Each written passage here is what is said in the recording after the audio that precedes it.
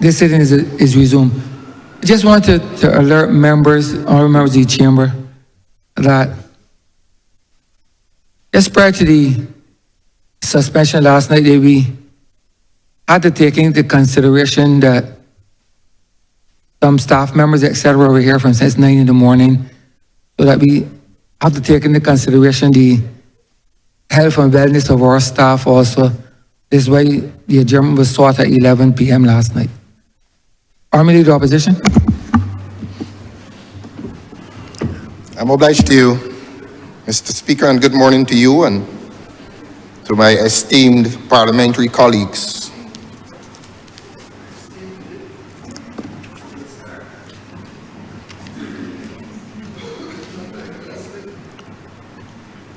I am going to be brief today. I have acknowledged, Your Honor, your message, and it is not as veiled as you may think. We are all given to compassion in relation to people's health and wellness, so that we will not extend for as much today as we did yesterday. And so, Your Honor, I want to briefly look at labor. Although we've touched on it, I want to have some particular reflection on labor. And the Honourable Member for St. Peter is with us. And my intervention this morning in relation to labor is to ask him a few questions on behalf of people in this country who have lost jobs and who believe that the dismissal was unfair. The lawyers in here will remind you that it used to be a question of wrongful dismissal, but that the Democratic Labour Party government passed a piece of legislation, perhaps the most pro-worker legislation that has found its place onto the statute laws of this country. And it is something about which the party is proud. The party makes no apology for being consistent with its historical mandate of defending the rights, interests, and entitlements of workers in this country. That is where the Democratic Labour Party stands in relation to labor. And it is not to say that there is any distance between the party and capital, but the party recognizes that capital inheres with its own power. And so powerful is it that it often controls a party. And the people in Barbados believe that capital controls the Barbados Labour Party. And the people in Barbados believe that the labor movement, at the best of its times, has and enjoys a happy coexistence with the Democratic Labour Party. Whether the party is in opposition or government, the labor movement and labor in this country enjoys its best times when the Democratic Labour Party is in opposition, and more so when it is in government. And the manifestation and proof of that happy coexistence has been the employment Rights Act, which has entrenched the rights of workers more than any other piece of legislation ever passed in this country. I say it succinctly. It entrenches labor within the workplace and makes it very difficult for an employer to dismiss a worker unless he can show good cause. And even on the way towards showing good cause, which he can do, there is a procedure upon which the employer must engage with the employee to prove that the dismissal has been justified. And it embraces the Ministry of Labor, which has provided personnel to mediate the dispute in the aftermath of the dismissal, so that the Democratic Labour Party government between 2008 and 18 was busy protecting the rights of workers, and it wasn't doing it. It was not doing it by lip service. It came to this honourable place and passed a law called the Employment Rights Act and set up a tribunal called the Employment Rights Tribunal, because several of us used to file cases. And I remember well, we used to take the cases to St. Matthias, and before St. Matthias, we used to take them down to Theodore Walcott, now deceased, or Mr. Valton Beng, now deceased, at St. Matthias. And sometimes it used to be a long process. And sometimes you went to the High Court, which was an even longer process before the new rules. The new rules of court came into existence. The point is that the procedure was hazardous and delayed. And the great Democratic Labour Party established a system of expeditious resolution in relation to the dismissed worker. And if the worker wanted to prove that his dismissal was unjustified, and if the employer wanted to prove that the dismissal was justified, there was speedy recourse, not to the established magistrates court, nor the established high court, but to a tribunal called the Employment Rights Tribunal. And that Employment Rights Tribunal was bequeathed to this country by the Democratic Labour Party. We regret to say today that the Employment Rights Tribunal, which is there to deal with labor disputes between employers and employees, it has stalled. It has come to a halt. Our simple question today to this government, sir. In the hearing of the Honourable Member for St. Peter, the question is a simple question. When will that Employment Rights Tribunal reopen? When will the Barbadian worker have his day in court? While this country is now experiencing an influx of external labor. I don't like the word foreign.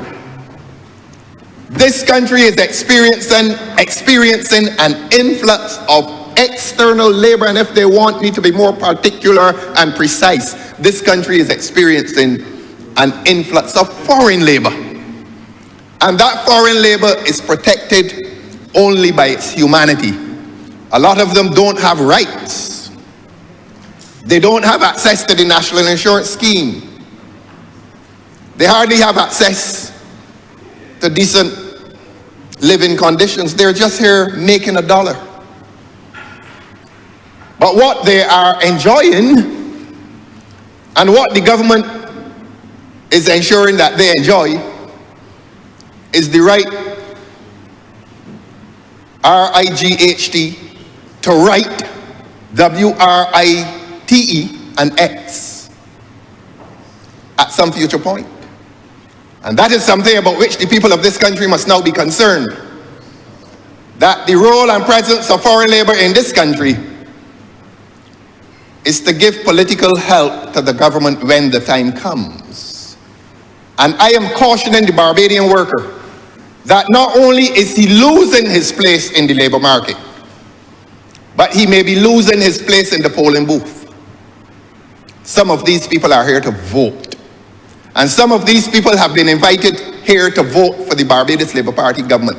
Let the majority of Barbadians and let the Barbadians in the labour market who are in the majority register their disappointment and disapproval with what is happening in this country under the guise of labour when it is really intended political participation in this system.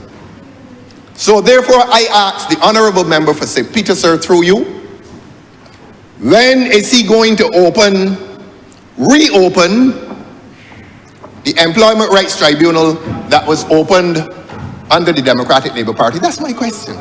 And that is a very simple question.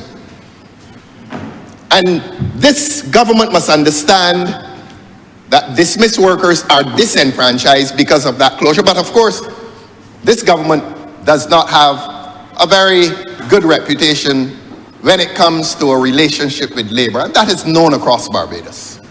Labor has associated happily and naturally with the Democratic Labour Party, and there's a reason. And that harmonious coexistence between Labour and the Democratic Labour Party stands at risk today. And the manifestation of that risk is the failure of this government to reopen the Employment Rights Tribunal. Is it deliberate? We don't know. Is it accidental? We don't know. Is it coincidental? We don't know. But we defy this government to exploit those circumstances of apathy among the dismissed worker, because when a man gets dismissed, he is likely to be politically apathetic. And while he rests in political apathy, here comes labor, imported labor from the North Caribbean, to work for cheaper wages, to work in conditions in which he is unlikely to be dismissed because he's grateful. But then you transfigure that gratitude into political activity. In other words, a lot of those workers are expected to vote for the Barbados Labour Party when the elections are shortly called. And some of the honourable members look surprised. There's going to be an election around here at some point.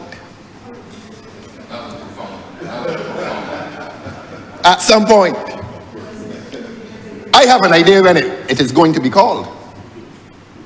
But I don't want to alarm them, because I'm the one that announced, Controller, I am the one that announced the departure of the gentleman for St. James North, the representative for St. James North.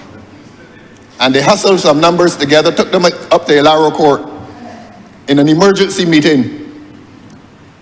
And some of them were terrorized. Who told him that? How that got out? Who is his friend? Who is seen whispering with him in the corridors of the Parliament? Who still has WhatsApp contact with him? They were interrogated. They were. And the people of Barbados need to know this, that a personal relationship with me is hazardous. And I am going to ask them to stop talking to me. Stop talking to me in the corridors, in the lunchroom. See me and don't see me. I don't want you to lose your privileged positions on account of a relationship with me. Please, please, please, please tell your Honourable Prime Minister that the information that is coming to me is not coming to me from among the 28 of you, not even you, Mr. Speaker. You are not bringing the secrets to me. And so, to come back to the workers in this country,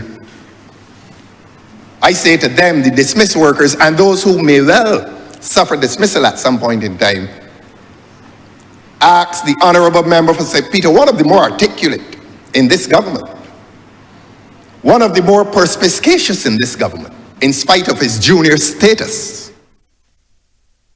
So ask that Honourable Member when the Employment Rights Tribunal established by the Democratic Labour Party is going to be reopened. I'm not going to spend a lot of time on that. That is only one of the honourable members' failures.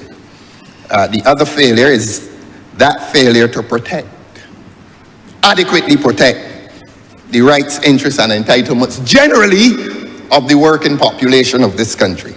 So it is a simple question directed to the honourable member for St. Peter. That will be my approach this morning. I apologize to them for having put them to bed late last night. I put them to bed. I'm sorry that the songs that I sang were not lullabies, that they were not pleasant for them to hear, but I am duty bound to speak the truth in here. Your Honor, please permit me now to come to the Ministry of Housing. And as I've promised before, I am going to be a lot more brief than I was when I had to explain to the public of this country in detail certain things last night.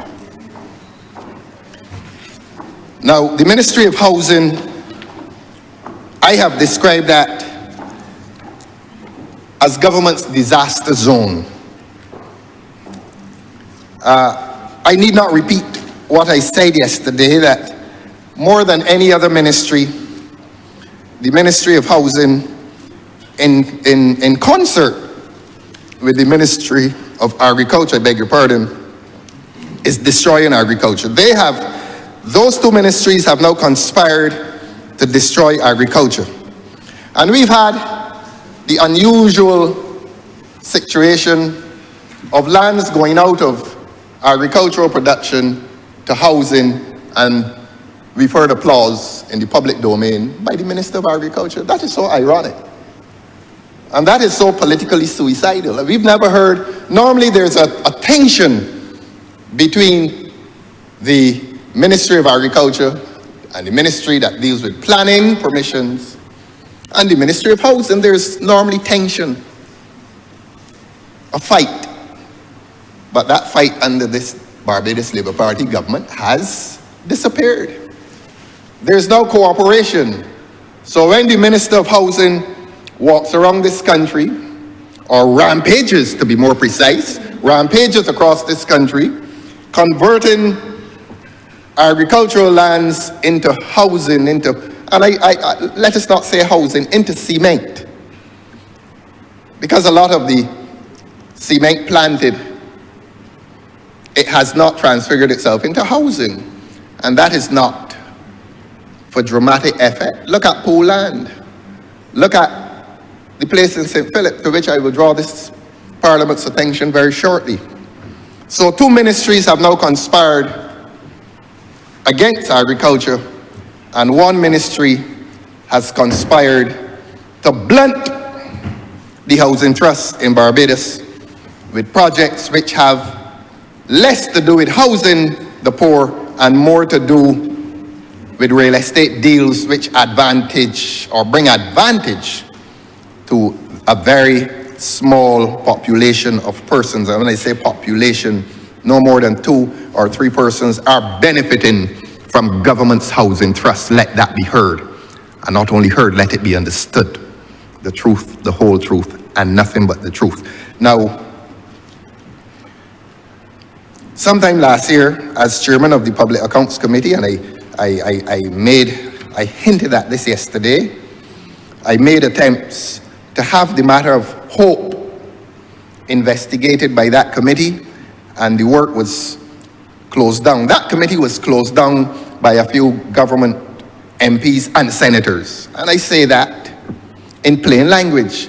The Public Accounts Committee was closed by the government representatives of that committee who sit in majority numbers. That is the law. That is the state of the law. I don't understand. You set up a Public Accounts Committee as a watchdog against the government, and the framers of that legislation somehow imagine that you must still empower the government by placing majority numbers on that committee. It does not make sense.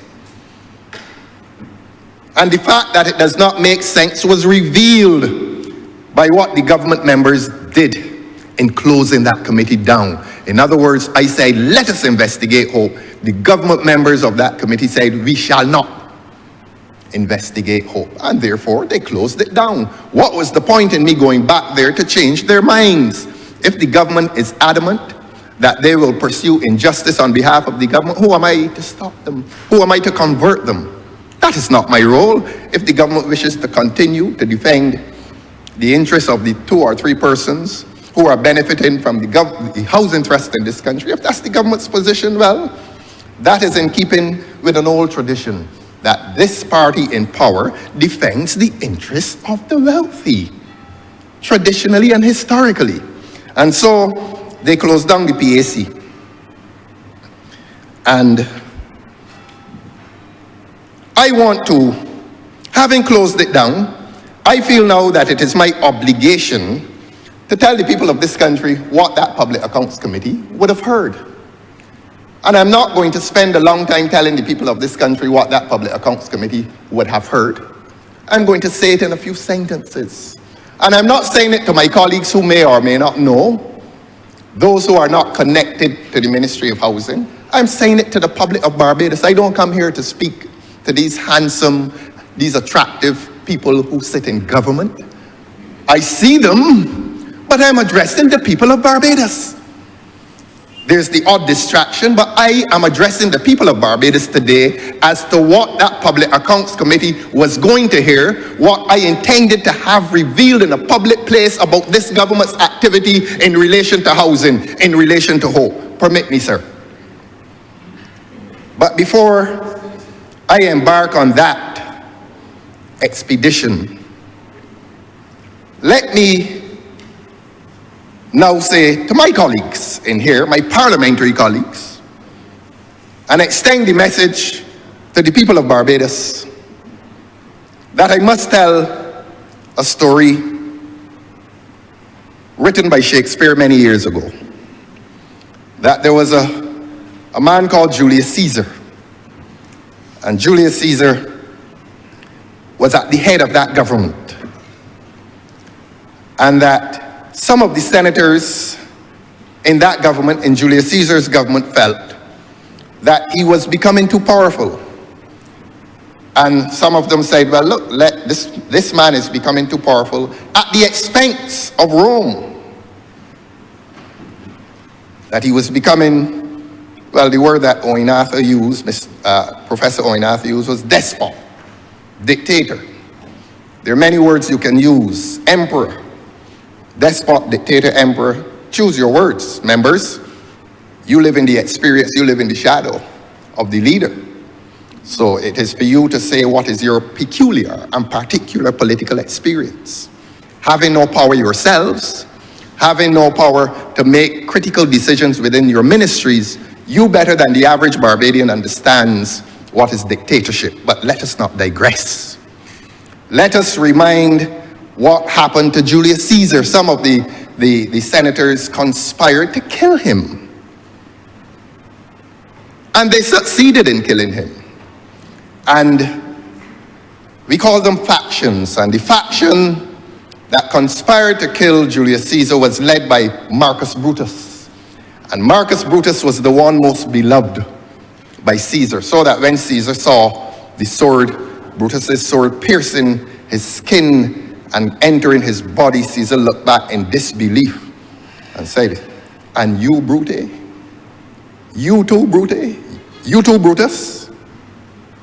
And they say that it is the disappointment that killed Caesar more than the stab itself from Brutus. It was the disappointment associated with seeing Brutus stab him. But let us not prolong the issue. And so after Caesar was killed, in the aftermath of his death, the two factions formed themselves and engaged in war to determine who would govern Rome, because Caesar was now absent. And as I've said, Your Honor, one of those factions was led by Marcus Brutus. The other faction was led by Mark Antony. And Mark Antony loved Caesar as much as Caesar loved Brutus. How ironic. And so, Mark Antony gathered his troops in preparation for battle against Marcus Brutus and his troops. And while Mark Antony sat, he sat with a triumvirate. Now, I reminded the people of this country yesterday that this government is run by a duumvirate. Two powerful people, the Honourable Prime Minister and a gentleman who sits in the Senate. His name is Dr. Jerome Walcott. He has more power than any of you in this parliament this morning. He forms that duumvirate, that association of power between two persons. But Mark Antony sat with a triumvirate, and it was Mark Antony, Octavius, and a gentleman called Lepidus. And they sat and determined who belonged to their faction and who was beyond their faction. And who they thought was beyond their faction, they said, look, we are going to kill them. Anybody who is not with us is against us. And all that are against us, we are going to kill them. And so that triumvirate sat, Mark Antony, Octavius, and Lepidus. And they're making black marks. They have a list of names. And they're saying, so every time you think a man should be killed, you put a black mark against his name. And here's Mark Antony, this one must die. And here's Octavius, oh, and this one must die. And here's Lepidus, oh, this one must die. And after that occurs, after that process is completed, Lepidus leaves the room. And you're going to find out who Lepidus was in relation to that triumvirate. And that triumvirate really was like this government. It became a duumvirate. The duumvirate in this government, that power twosome is the Honourable Prime Minister and Dr. Walcott. So that the triumvirate transfigured itself into a duumvirate, just like this government. And Antony and Lepidus, Antony and Octavius proceeded to have a conversation. And there was a quarrel. And one asked the other, but how could you let this man be a part of this triumvirate of power? In Bajan parlance, he's nobody. And Antony responded and said precisely what he thought of Lepidus. And he said, Your Honor, after Octavius complained, but this man is nobody, how you have him in here performing an important function of deciding who we are going to kill? And here is what Antony said to Octavius. I have seen more days than you. And though we lay these honors on this man to ease ourselves of diverse slanderous loads, he shall bear them as the ass bears gold, to groan and sweat under the business, either led or driven as we point the way, and having brought our treasure, where we will then take down his load and turn him off, like to the empty ass, to graze, to shake his ears, and graze in commons. Commons is the open pasture. And so Antony was telling Octavius, don't mind him. Do not be concerned that I allowed him to perform an important function. He's nobody. He has borne that responsibility in the sense that the ass bears gold on his back. He carries it from one place to another. You take it off his back and you send him off to graze in commons and to shake his ears. In relation to housing, the housing trust in this country, let him quarrel, don't answer him. In relation to housing in this country, I suggest to Barbadians that there has been a triumvirate of power and responsibility. And that there has been a Mark Antony who enjoys ultimate power, together with the other member of that duumvirate, Octavius, and there's Lepidus. And having told that story, this government and the people of this country will now have an idea as to who is Lepidus in this housing arrangement. Who has real power? With whom does he or she join in that power? And who believes that who is it that believes that he is a part of that triumvirate of power when it is really a duumvirate? And he discovers at some point, and I hope he has discovered by now, that he does not belong to that power elite. And that is why I used the phrase that I used last year. That all these statements that are being made in relation to housing, these boasts, oh, we're going to build 10,000 houses in 5 minutes. And that is why I made a comparison with the good book. I accused him of being the voice of Jacob, except that the people of this country now wish to know whose hands are the hands of Esau within this housing arrangement. And I suggest to you that the minister may wish to review his position, his genuine, his authentic position in relation to housing. I say no more on that, except that if the Public Accounts Committee had sat, and let me interrupt that sentence. Even now, in spite of obvious antipathy, I still sympathize with him. I sympathize with him for the position that he occupies in relation to the housing trust in this country. I sympathize with him. That is the nature of this government. That is the nature of housing. But let me tell you, Your Honor, if the Public Accounts Committee had met, what that Public Accounts Committee would have heard. Permit me to say what the Public Accounts Committee would have heard. And I look at you and say this, sir. The Public Accounts Committee would have heard that it was the government that established Hope. When we heard about Hope, we were hearing, oh, it is a private, public sector entity. Again, government's fancy language, obscuring the truth. I said last year, and I say it again, I'm consistent. Hope was no public-private sector entity. Hope was government establishing a company to promote government's work under the guise of a private entity. It was government. Hope was no less government than the National Housing Corporation, except that government had complete control over Hope. And it was government that incorporated Hope as a company on the 9th of November 2020. And it was government's intention that they were going to build 2,000 houses per year for the period 2022 to 2026. And I believe it was around either shortly before or after the election of 2022 that the Honourable Minister of Housing went into the public domain and said he is going to unleash some energies that have never been unleashed in this country, and he was going to build 2,000 houses a year, and at the end of a 5-year period, he's going to have 10,000 houses.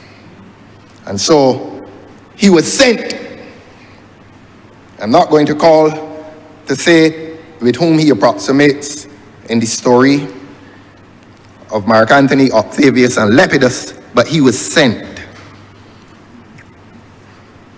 Indeed, the Honourable Member for St. James, if he were here, he would say that Mark Antony described Lepidus as a slight, unmeritable man, meet only to be sent on errands.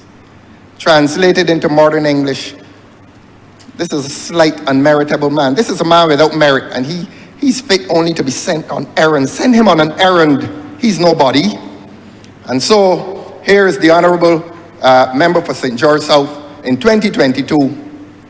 I'm not going to call him a man sent on errands, but he is sent into the public domain to tell people that he's building 2,000 houses a year. And so government incorporates this company in November 2020, and he is sent to make that announcement. Let me say to you, Your Honor, again, what the Public Accounts Committee was going to hear.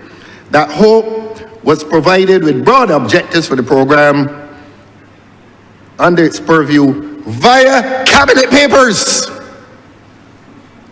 So the cabinet, yes, I'm going to shout. It was sent on the mission via the cabinet. So when the cabinet and the leader of the cabinet is telling people that cabinet, oh, we are so surprised and disappointed by this turn of events, and we need to have an investigation. What you're going to do, investigate yourself? It was cabinet that incorporated the company.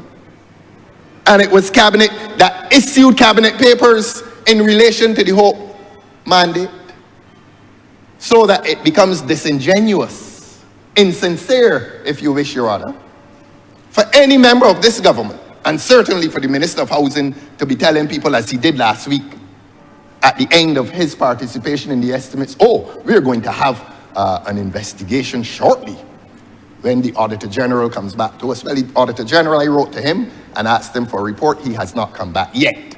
And I'm awaiting that report from the learned Auditor General. But I will tell you what that committee would have heard if the government now changes its mind in relation to its powers on the Public Accounts Committee.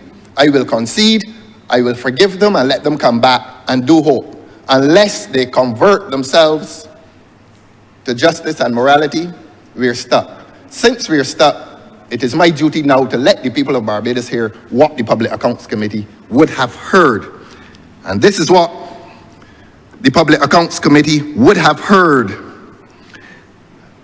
That by December the 31st, 2024, Hope was provided, Hope Inc. was given $20 million further to a cabinet intervention. It was the Cabinet of Barbados that on the 31st, or by the 31st of December 2024, transferred $40 million to Hope.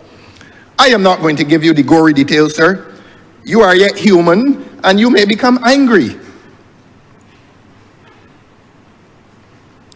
But here's how Hope set about on its mission. Here's how the errand was pursued. Let me bring it down to plain matters.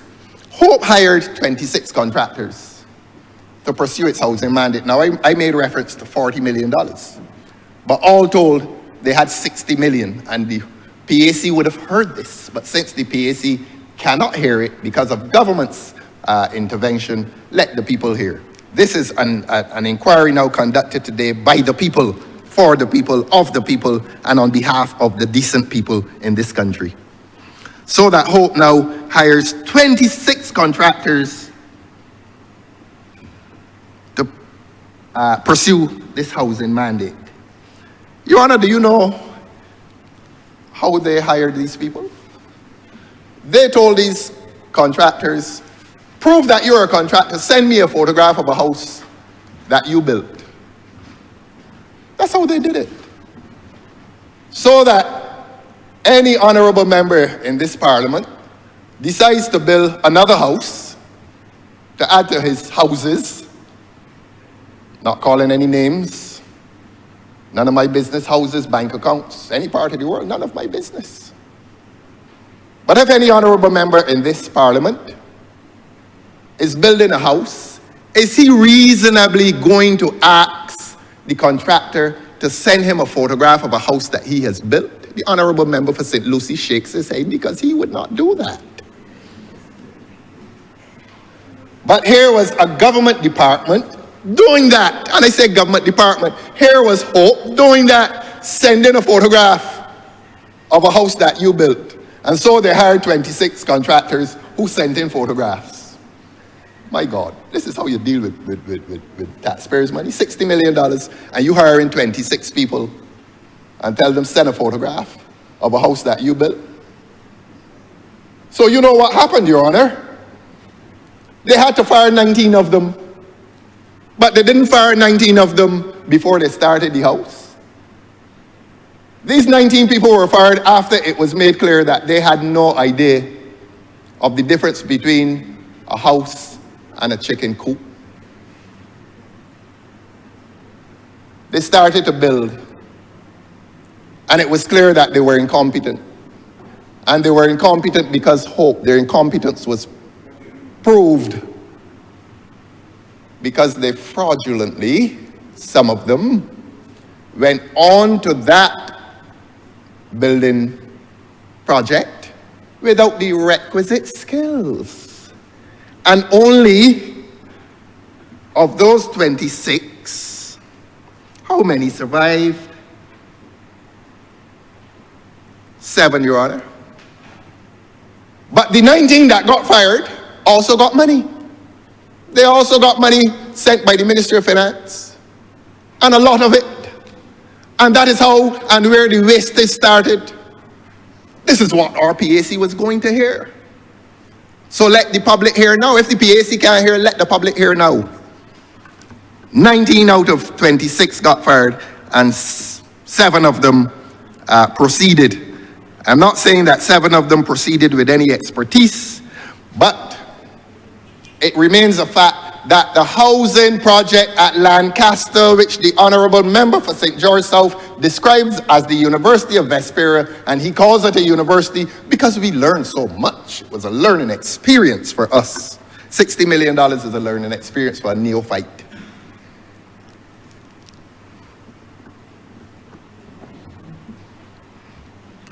I am not going to overburden the ears of my audience today,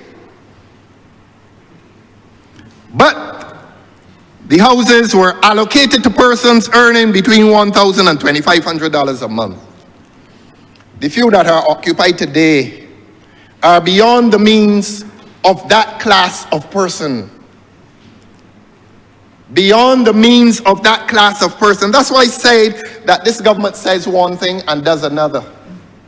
That this government cannot say what it means, and it certainly never means what it says. In December 2024, Hope completed 11 houses at Clifton in St. Philip and was in the process of assembling 24 at River in the same parish. And they claim that these were going to be for the poor people.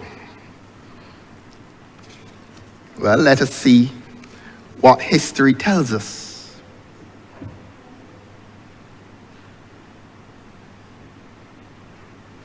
They tell us that at Lancaster, there was some highly sophisticated project. Photovoltaic systems were to be installed on the houses.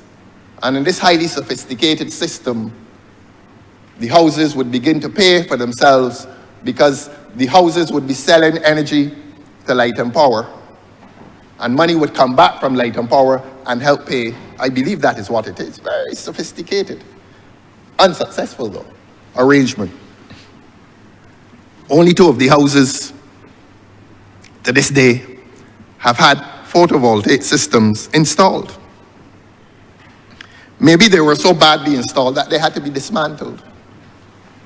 And the Honourable Minister for Energy will have to give account to the people of Barbados as to why not only did the houses at Vesperia not become connected to the grid, the 2, but why a lot of poor Barbadians cannot get connected to the grid and get cheap electricity. This government is failing the energy sector in Barbados. This government is failing the energy sector, which is intended to benefit people who are not rich, people who are not within the upper middle class, people who are not within the middle class. But it is intended to benefit the lower middle and the working class. There's sociologists in here, and they know of what I speak when I speak of these stratifications, these social stratifications. I said last year, and I need not repeat, the arrangement in relation to the land. Need not repeat that. But the result of all of it is that Hope was receiving extremely favorable treatment by the government. There's a sense in which they got free land. It was close to free because there was a an agreement that they pay only $2.50 per square foot. The honourable member for St. Lucie looks on quizzically when others in this country are paying $20 and $25 per square foot. Hope was given land at $2.50. And the honourable member for St. Lucie cannot believe it. And I normally see him because he sits across from me. He sits up now. He is in shock. And I'm going to shock him further.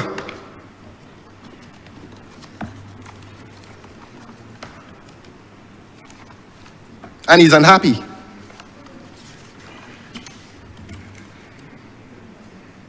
And I'm going to make this story short for him. The Public Accounts Committee was going to hear that Hope incurred substantial losses, although it had a sweetheart agreement, honourable member for St. Lucie, through you, sir. Although it had a sweetheart agreement, even then it could not complete the project successfully. The only thing Hope was successful at doing is that it got cigar field sobers to go down there one day and say that a street all the way down in St. James is named after him. If this government was a wise government, Beckles Road and Beckles Hill would have been named after that great man. Walcott's Avenue was not enough for Sir Gary. They should have named Beckles Road, Beckles Hill, going up by the old geriatric hospital, which they're going to sell very shortly, part of the patrimony of this country. But they took up poor Sir Gary and drove him down there one day. I remember hearing the news that evening in my car. And poor Sir Gary was saying, well, some people came and took me up, put me in a car. I didn't know where I was going, and they took me down there. They took that gentleman. They took my personal hero and our national hero down to Vespera Gardens and pointed at a sign and said, Sir Gary, that has your name on it. We're going to name the street after you. Sir Gary probably never saw the place before. You know why he never saw it? It was a cane field next to a gully.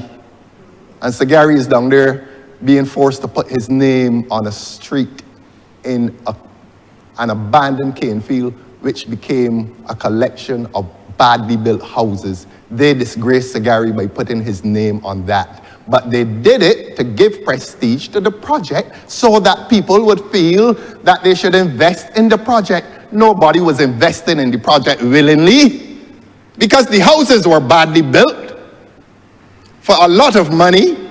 They were poorly designed, and I'm not going to expose the residents to any public ridicule. I visited. And those people who live there have a bad deal. They do have a bad deal.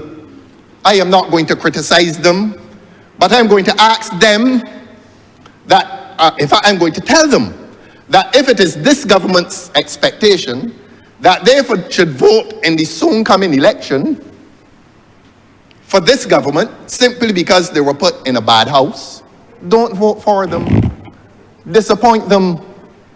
Do not vote for this government that put you in a bad house, even if the house is subsidized. And the Honourable Minister of Housing came here a few days ago, at the estimates. And when asked whether the houses were sold at a profit, at cost, or below cost, he could not say. The public accounts, in fact, he said they were sold at cost. He said they were sold at cost. And the PAC was going to hear that the houses were sold below cost. The houses were not sold. They were given to people in the expectation that those people would return the favor politically on the soon coming election. Go and ask your Prime Minister what the word soon means. It isn't going to be tomorrow, but when it is called,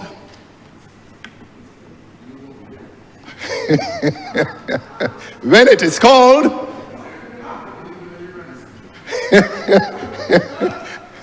when it is called, Honourable Member for St. Lucie, don't let him distress you. Don't let him distress you. Don't let his outburst distress you. Try your best. Try your best in your writing. Try your best in your writing, my friend. When it is called, the good book or the hymn, few will be chosen. Many are called. Call it. Call the election. Call it. Call it. Call it. Call it. Call it. If you're brave, call it. And if you think you're getting votes in Vesperia Gardens, call it. The people in Vesperia Gardens are not happy with this government. Although this government put them in houses at below cost, they are now the subject of public ridicule. There are people living in Vesperia Gardens. The mere fact that the Honourable Member for St. Joseph feels that there are not people living in Vesperia Gardens, is even he cannot believe that those people have been treated so contemptuously, that they have been put into houses which are so badly built and badly designed, that he cannot believe that this government has had the disrespect for a portion of the population to put them there. Yes, Honourable Member for St. Joseph, there are people there. And your Minister of Housing boasted in here a few weeks ago that there are people there. And as I went to Balls or Bullins plantation that you made a housing project, I also went to Vesperia Gardens and I interviewed people. I did.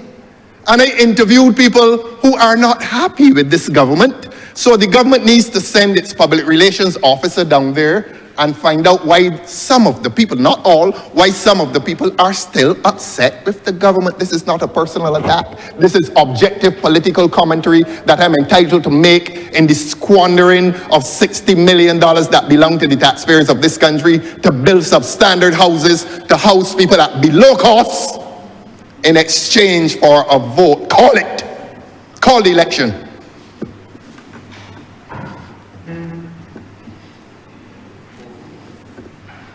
And so the PAC would have heard about these 1,000 houses that were going to be built. The Honourable Attorney General now challenges me and says nobody is in there.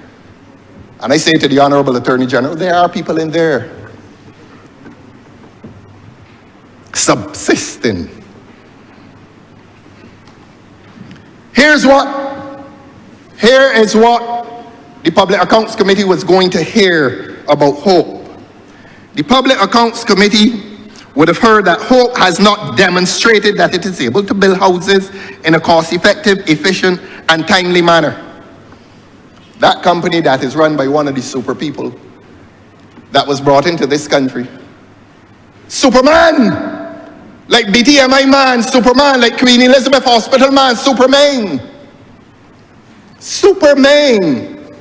And I'm going to say again what I said yesterday and last year. Accuse me of repetition, but the people in this country must be reminded every day that this government has no confidence in the local population, educated local population. Because every time there's a job available within the higher reaches of the public service, it is going to somebody from, look, the chairman of, and this is not xenophobia, these are facts. The chairman of Hope is a South African. Elon Musk is also a South African, but let us not digress. And the government used to pay the Barbadian CEO or chairman $20,000 a month.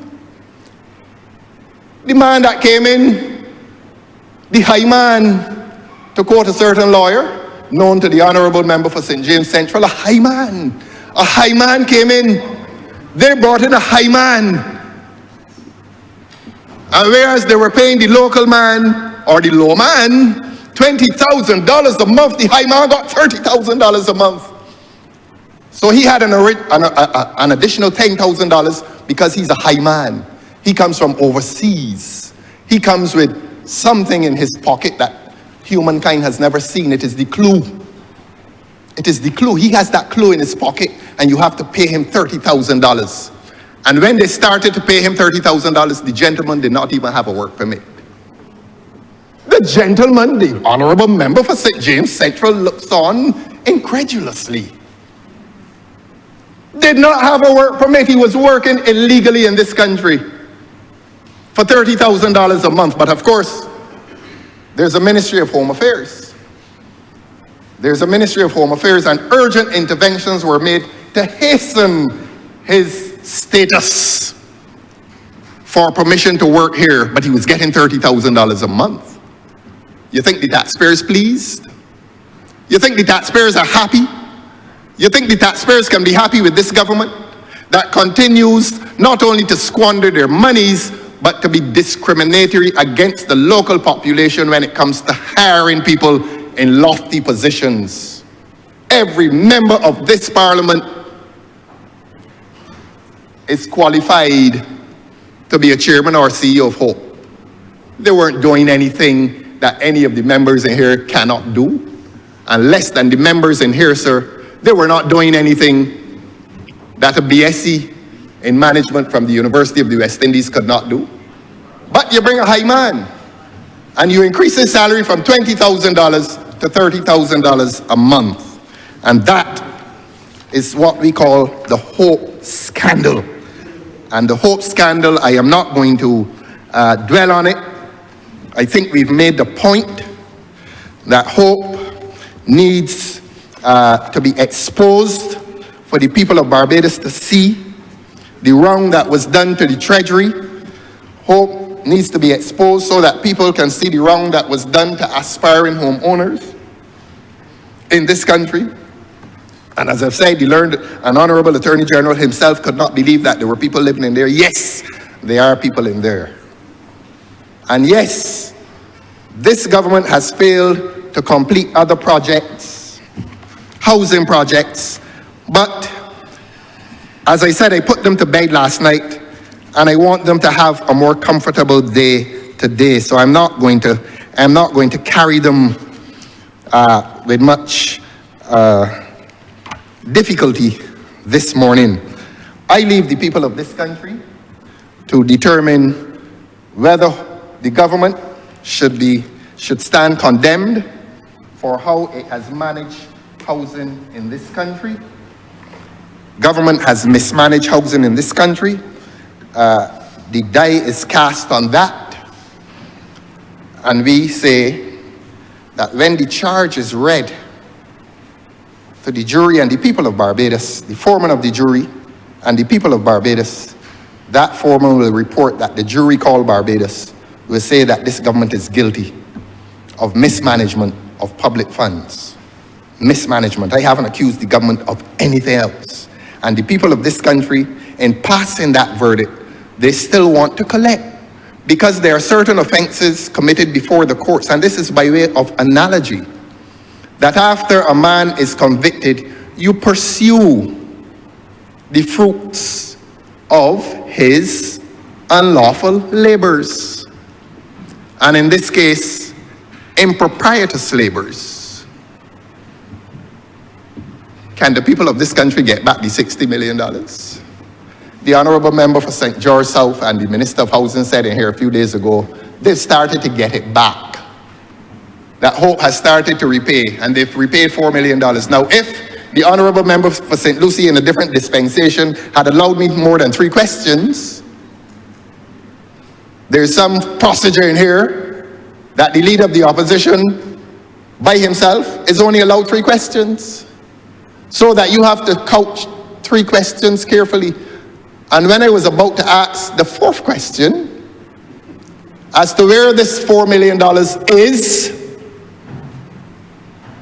but the Honourable Member for St. Lucie did not make the rules, so that this is no disrespect shown to the office that he occupied. He did not make the rules. He did not make the rules. But the people of this country wanted to know where that alleged $4 million is. That the Honourable Member for St. George South says has been repaid. Where is it? Has it been paid into the Consolidated Fund? Has it been paid into National Housing? It is unlikely to have been raised in any event because the houses were sold at below cost. And I accuse the Honourable Member for St. George South of having misled this public during the estimate debates exercise by saying that the houses were sold at cost. They were not sold at cost. The houses were not even sold at all. The houses were handed to the people at below cost. But, we started to have the loan repaid. Where's the money? Where's this paltry sum of $4 million? Housing, Consolidated Fund, Ministry of Finance, where is it? The people of this country have lost confidence in this government. And the people of this country have lost confidence in this government based not only on circumstantial evidence, but often on direct evidence. And that direct evidence was going to come to the Public Accounts Committee to condemn this government. And that is why this government stalled the work of the Public Accounts Committee. Am I supposed to come here and half do my job because I'm afraid of this government? In the first place, I am not going to half do my job, even if I'm afraid of this government. Even if, like other people in Barbados, I am afraid of this government, it will not prevent me from doing my work. Yes, keep him quiet. Keep him quiet, Honourable Speaker. I agree with you. Keep him quiet. Settle him down. Let him tighten his seatbelt. There's a seatbelt problem in here. Everybody wants to come in here and jump about in discomfort. Calm down, son. Keep him calm, sir. I come to the Ministry of Transport and Works, and I'll not be long on this.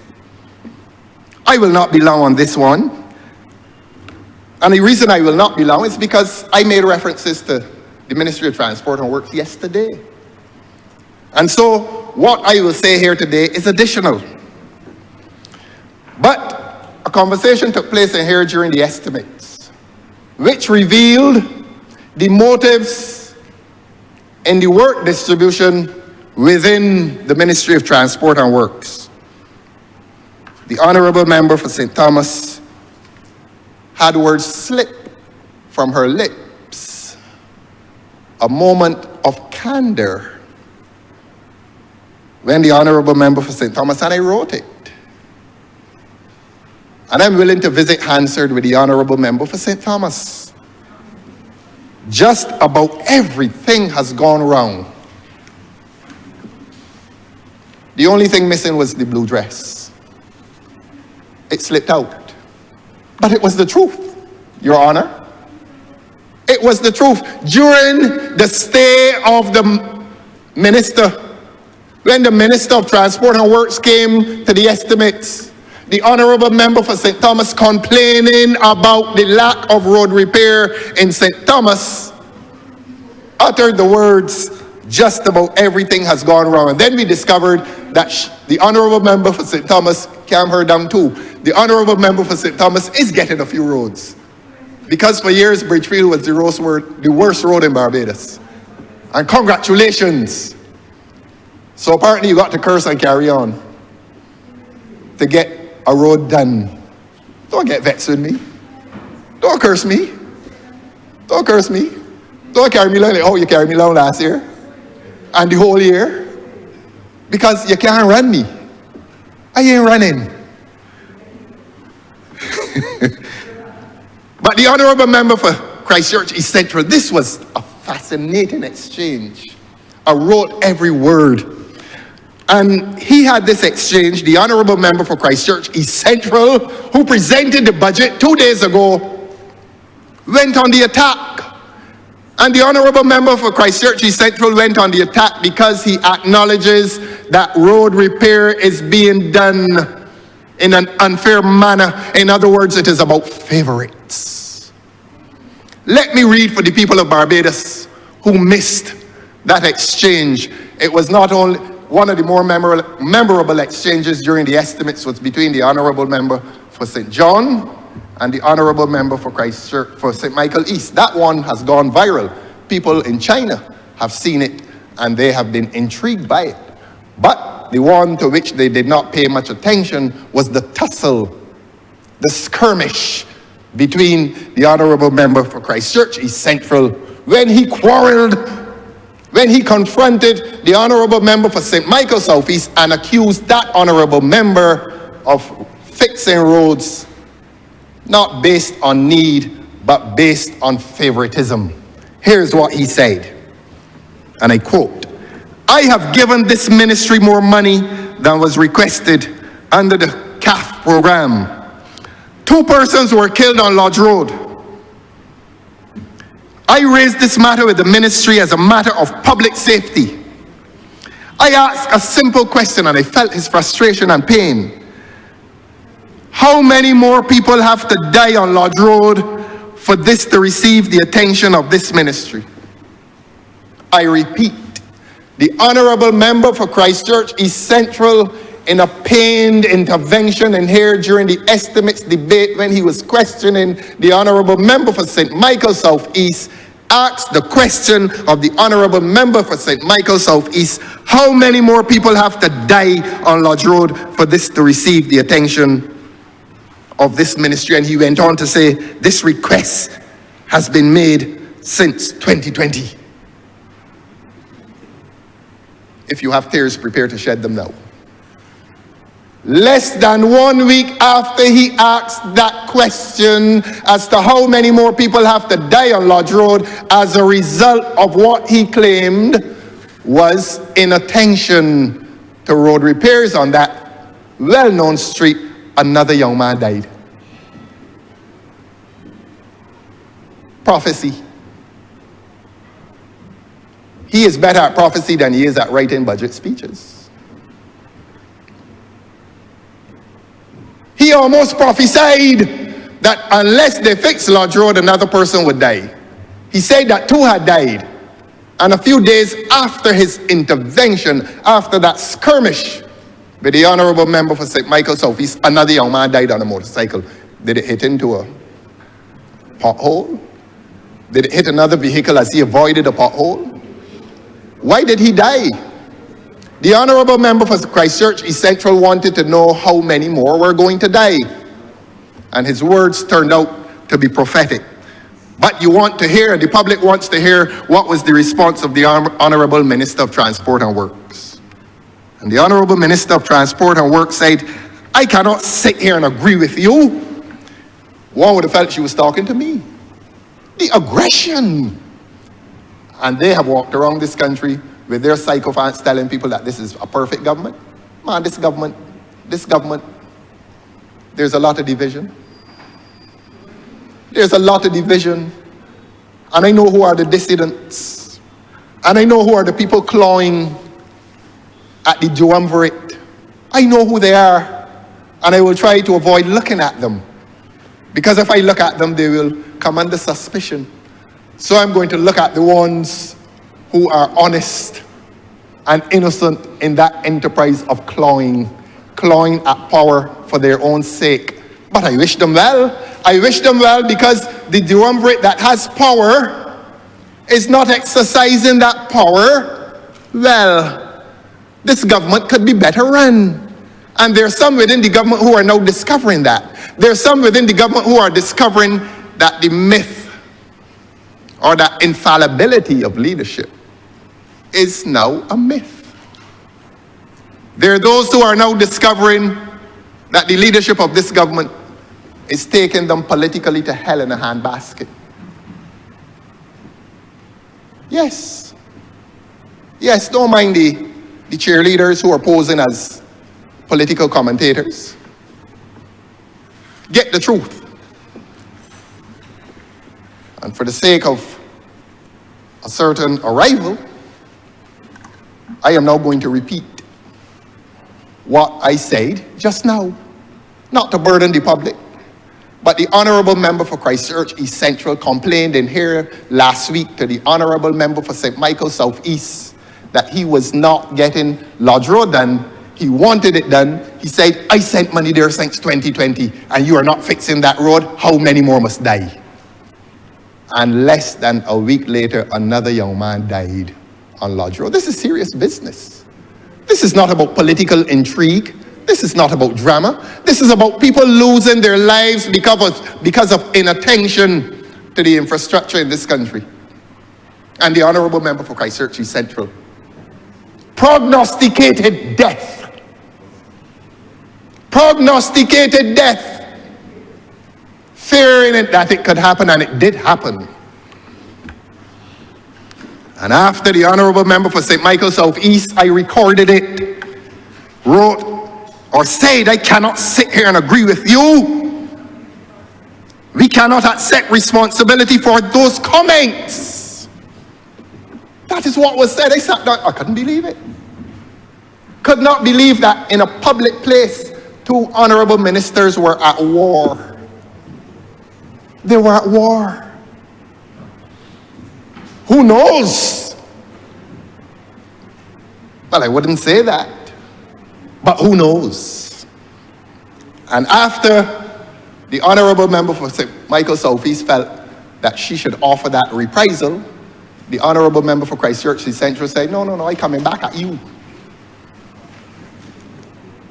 And here's what the Honourable Member for Christchurch East Central, in a moment of courage, I congratulate and commend you, Honourable Member for Christchurch East Central, for that moment of courage. Here's what he said back to her. If the ministry had acted with haste, I would not be having this conversation this morning. That is memorable. You see, the cheerleaders out there don't pay attention to these things. The cheerleaders out there believe that this tyranny, or that the members of this government are well united under tyranny. As Caesar believed that Brutus and Antony were well united under his tyranny. Well, this is an interesting government. And men have their pride. And men in this government have their pride. And men in this government have their private desires. And men in this government, being men, will feel the pain. And on that day in question, in a desire to represent his constituents along Lodge Road, he unburdened himself rationally and truthfully, and he asked how many more must die. I heard that poor grandmother on the radio lamenting her son's death. I heard her and I felt her pain. And I said, you know, if the Honourable Member for Christchurch East Central had had his way, if having sent that money from the Ministry of Finance since 2020 and having had that road done, his prophetic voice in relation to that death would not have been heard in here at the estimates debate last week. So a young man sacrificed his life. If the Honourable Member for Christchurch East Central is to be taken seriously, and I took him very seriously when he asked the Honourable Member for St. Michael South East and the Minister of Transport and Works, how many more must die on Lodge Road for this to receive the attention of this ministry? The public did not know that, you see. And the so-called political commentators, who are really, in truth, cheerleaders for the government, those few, they know who they are. If they pay attention to these events, to these political events, they are going to discover the cleavages within this government. But the Honourable Member for St. Michael South Central leaves office and is treated with such contempt by the cheerleaders. I'm not going to call them political commentators any longer. Treated with contempt by the cheerleaders. Rather than deal with the fact of the lady's departure from the cabinet. Could not be a happy event for that honourable member. And you know what they say in relation to the young lady's departure? Well, she can't win the next election. As I say, these consequentialist philosophies, that the issue becomes resolved. There's nothing to discuss. Although a lady has lost her high pick within this government. No sympathy, no explanation, no effort to bring justice to the debate. Oh, well, she isn't going to get her seat next time, and that the discussion ends. Because you want, the desire is to defend tyranny. Tyranny! And whatever tyranny does in this country, for some people, it is well done. Show me a democracy, and I will show you a tyranny in the making. That tyranny has been made, and well made. And what has been happening in the Ministry of Transport and Works is evidence of the tyranny that has visited governmental life in this country. The faces are sad. I will move on and let those faces return to some appearance of happiness. I have troubled spirits. I apologize to all of you.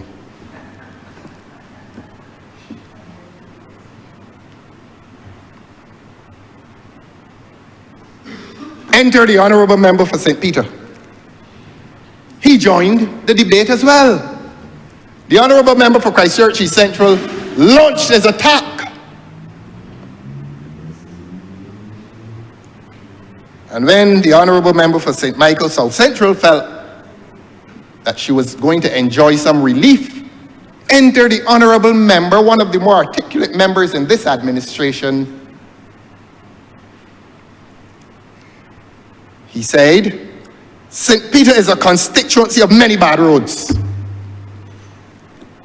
So at this 11th hour, on the eve of an election, people are getting nervous. People want it to appear as if they put the constituency before the office that they hold. And I was at pains in here yesterday to explain to the Honourable Member for Christchurch East that when you are here, you are the representative of the people. First and foremost, you go to Bay Street only because you come here. Your office at Bay Street has its basis in what the people did here. And you represent the interests of the people first and foremost when you are here. Unless collective responsibility taken in a cabinet overrides or competes even with that parliamentary responsibility. And when there's conflict between the parliamentary responsibility and the collective responsibility, then the member has to make a choice. A principled position you must take. Within the Westminster system, if you cannot reconcile that conflict, you resign from the ministry. You resign. But here, as a parliamentarian, your primary duty is to your constituency. And as a member of the cabinet, you give account to the parliament for your service at cabinet. I am willing to give free lessons in constitutional law on Saturday mornings. I'm willing to do it.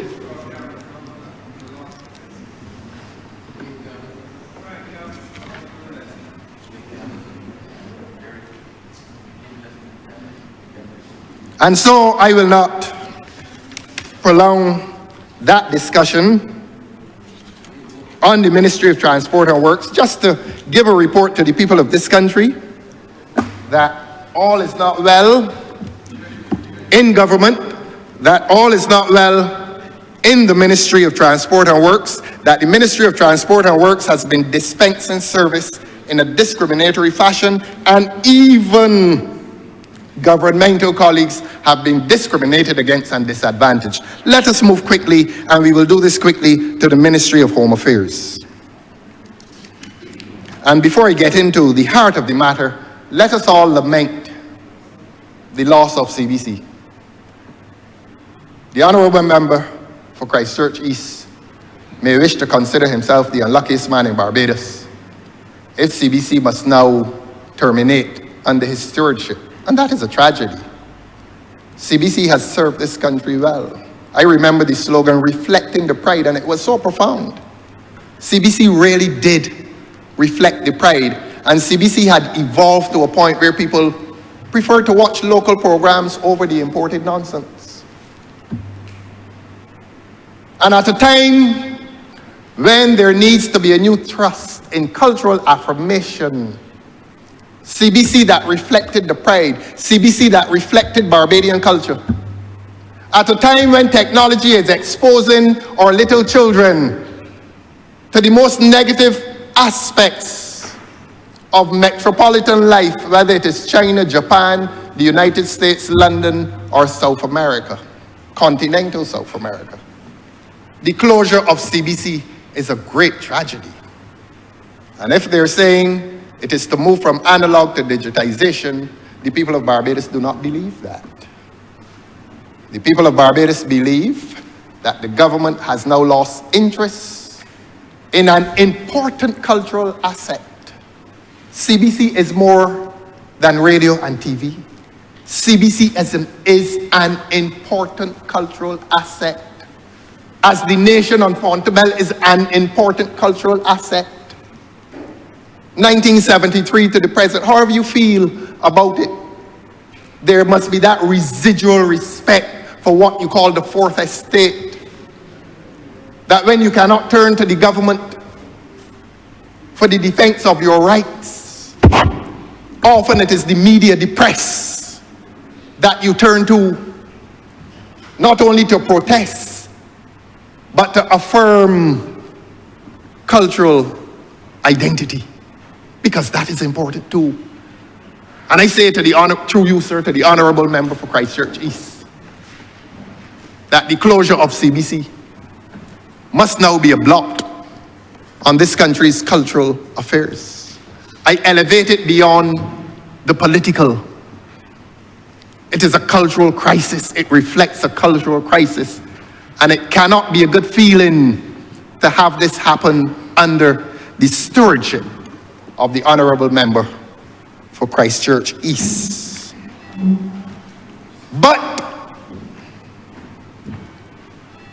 the Honourable Member for Christchurch East must now be deemed to have been complicit in the crisis of CBC. And I will demonstrate why. On the 19th of June, 2024, one of the other cultural assets within this country, the Nation newspaper, published an article by its, I think the lady is the editor-in-chief. She's at the apex of that organization. And if she writes something, if she intervenes, it must be seen as highly authoritative intervention. And on the 19th of June, 2024, Miss Carol Martindale, I hate to call names, but I don't do this to disparage. In fact, I praise her today for this article. Miss Carol Martindale, on the 19th of June, 2024, and I'm willing to make this a document of the House, wrote an article. And the article, 19th of June, 2024. Beg your pardon?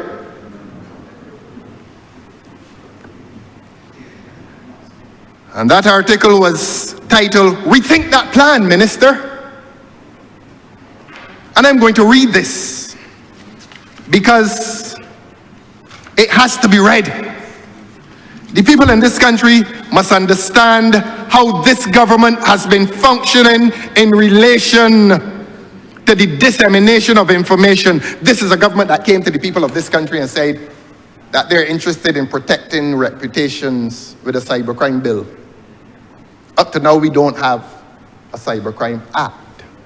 But this government took the moral high ground. Oh, we are interested in protecting people's reputations against the wild behavior that occurs across a rampant social media. It really is a wild place.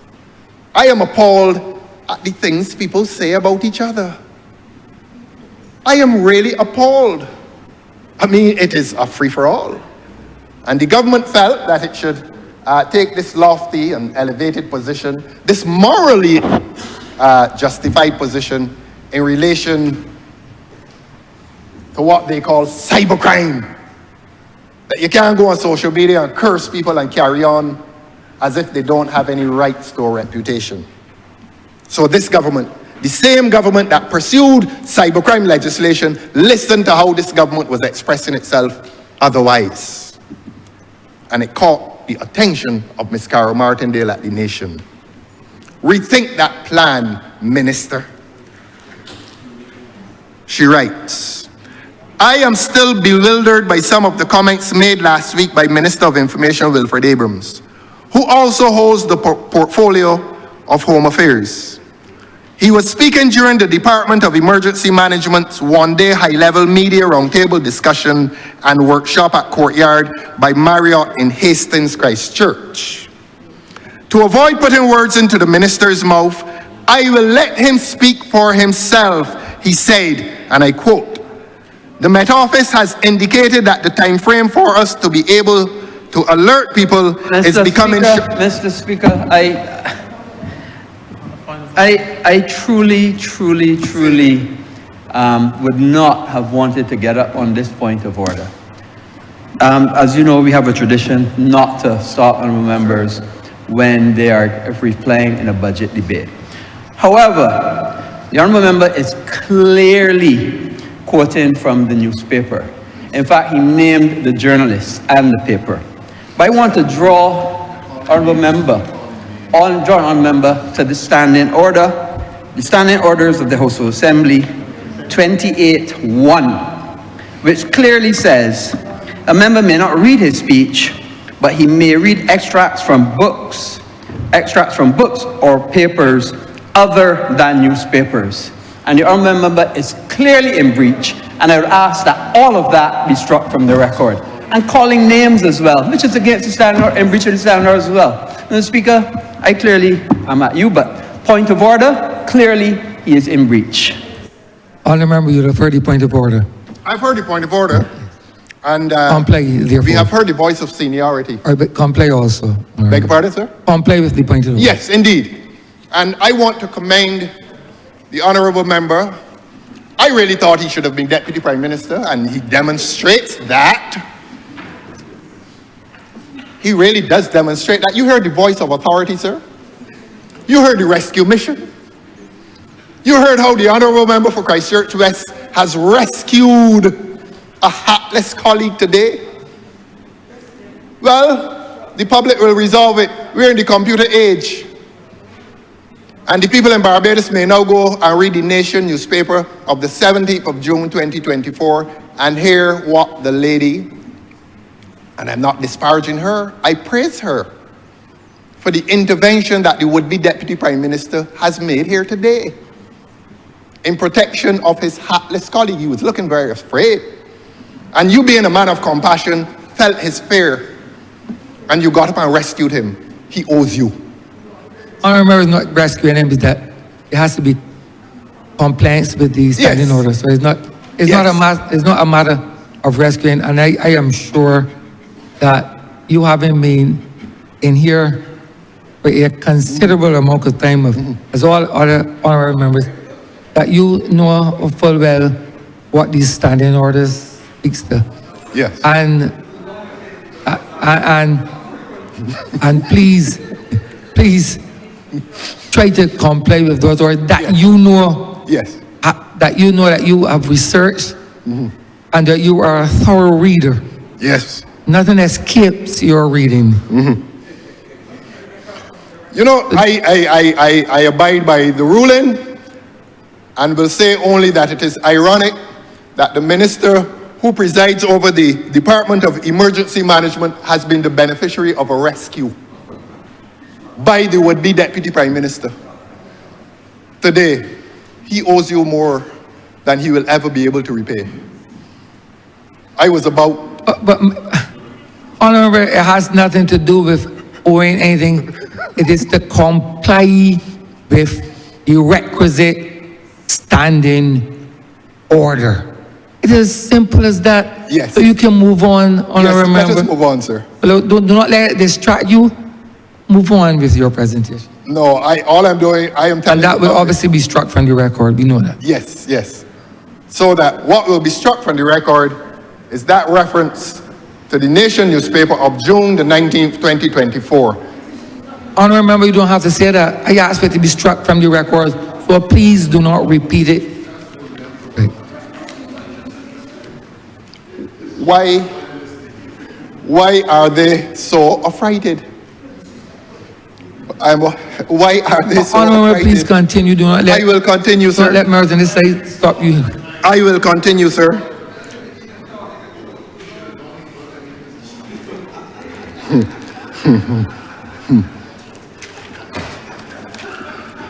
Honourable, please continue. Do That not, brings me. do not be con- That brings me to the office of the Attorney General.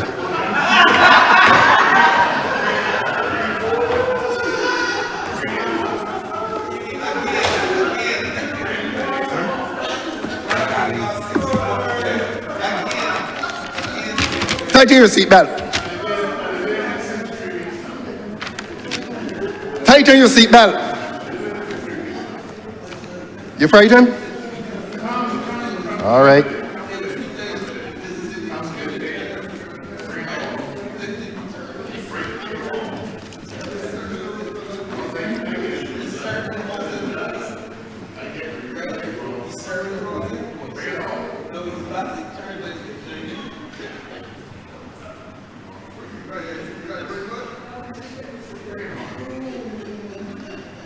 I am pausing so that the camera can remain on them and let the public see the commotion. The commotion. Not emotion, commotion. Tighten your seatbelt, friend.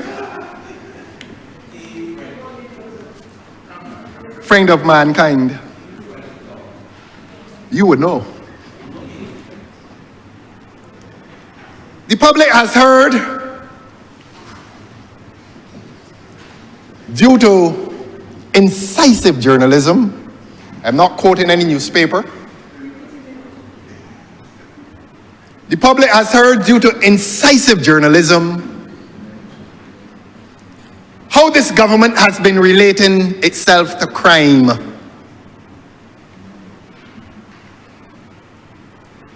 And I'm going to be brief on this. The Honourable Member for St. Joseph may or may not be aware of something called Startwise. The name is ironic. There has been nothing wise about that initiative.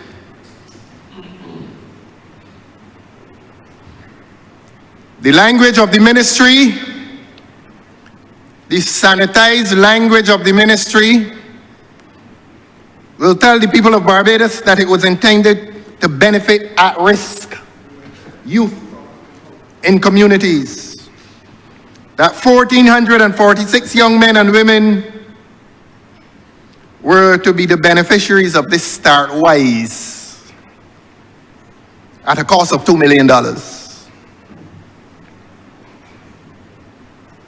And that they were intended to do data type work. In other words, they were going to take them off the blocks and teach them the computer. And that it was going to cost the public of this country, the entire program was going to cost the people of this country $6.6 million to cover 2,000 people. And that the pilot project would extend itself to 500 people.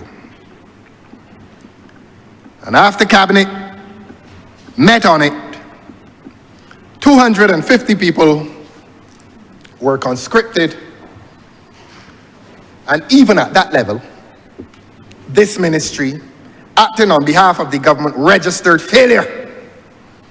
That only 50 people graduated from that program. This government has been walking around this country telling people that they have had success with interventions into at-risk people, and at-risk is really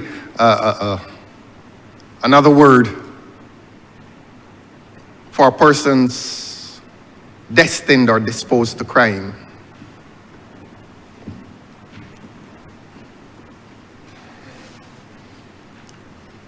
And the gentleman who was heading Startwise, which turned out really to be ain't wrong or ain't foolishly, was paid $1.7 million of taxpayers' money on Startwise that ended foolishly.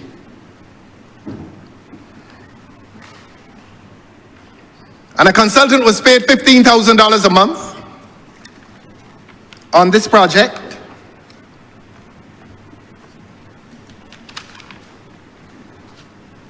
And another consultant was paid, he asked for $1.8 million and received $1.7 million of taxpayers' money under the charge of the Honourable Member for St. Joseph. It occurred in his ministry.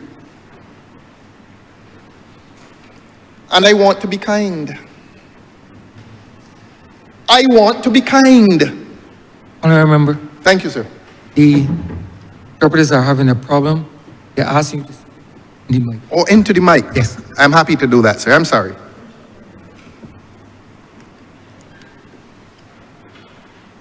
I'm sorry, sir.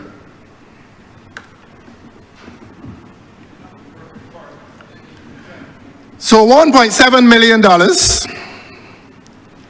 was paid to a certain gentleman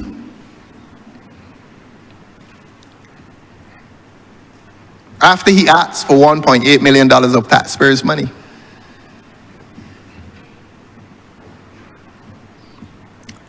You know, I have been pushed to this point this morning. I was going along very calmly. And I was just revealing certain facts about the deeds of this government. The gentleman to whom this money was paid was functioning in a full-time capacity at government headquarters as a consultant. As a consultant. So a man hired as a consultant to this government, working presumably from Monday to Friday, with a salary, tighten your seatbelt, with a salary, was receiving additional government monies as a private contractor. So the taxpayers were paying him twice, because the government had him as a full-time consultant. And I'm not going to disclose his identity. Honourable, you're not allowed to. No, I'm not going to. Well, you're not allowed I know to. the rules. I know the rules. Not going to disclose his identity. You frightened? No, you frightened? I got some more, you know. You push me. Well, I can go with you.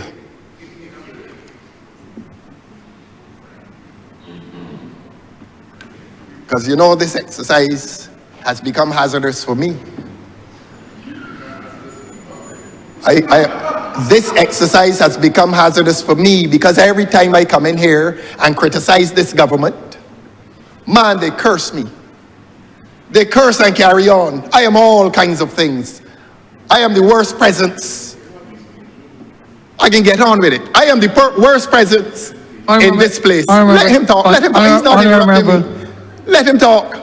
Do not be distracted. He is displaying his discomfort. Honourable, continue. Do not be He's not as distracted. cool as he wants you to think. He's nervous. He would like to leave. But he's too ashamed to get up and leave. Honourable, please continue. Do not be sidetracked by I'm members not on the other sidetracked, side. sir. Continue. I am enjoying his discomfort. You heard him? Man, they carry on. Honourable, to continue. You know, I go I've silent asked so for you that not to be cameras can see them, interrupted. can focus on them. I've asked for you not to be interrupted. I am asked them not to I've interrupt me. asked, I'm saying I've asked them. Oh, you've asked them? Yes. What else can you do with them, though? You can't imprison them. But a certain gentleman who was hired by this government in an established, well, not established, a position that was established by this government, he is up there, I can only say, annoying the civil servants with his presence. Nothing to do. What was he doing? And how much was he being paid? The Honourable Member for Christchurch East Central knows. He is the Minister of Finance. And he is charged with the responsibility not only of running that ministry on a day-to-day basis, but he knows. So I am going to let him tell his friends how much the consultants up there are paid. And if he meets his public responsibility, one day he's going to tell the public writ large how much these consultants are paid. What is their charge on the public purse? But that gentleman temporarily left his assignment at the government and entered into a private contract with the same government. In other words, he had two jobs. There are people in this country who can't get one. And there are people in this country sweeping gullies and sweeping the side of the road for minimal amounts of money. And this government is allowing privileged persons who can't prove adequate qualification for the jobs that they're being given. And they're living high on the hog at the expense of the public. Super people. Super people.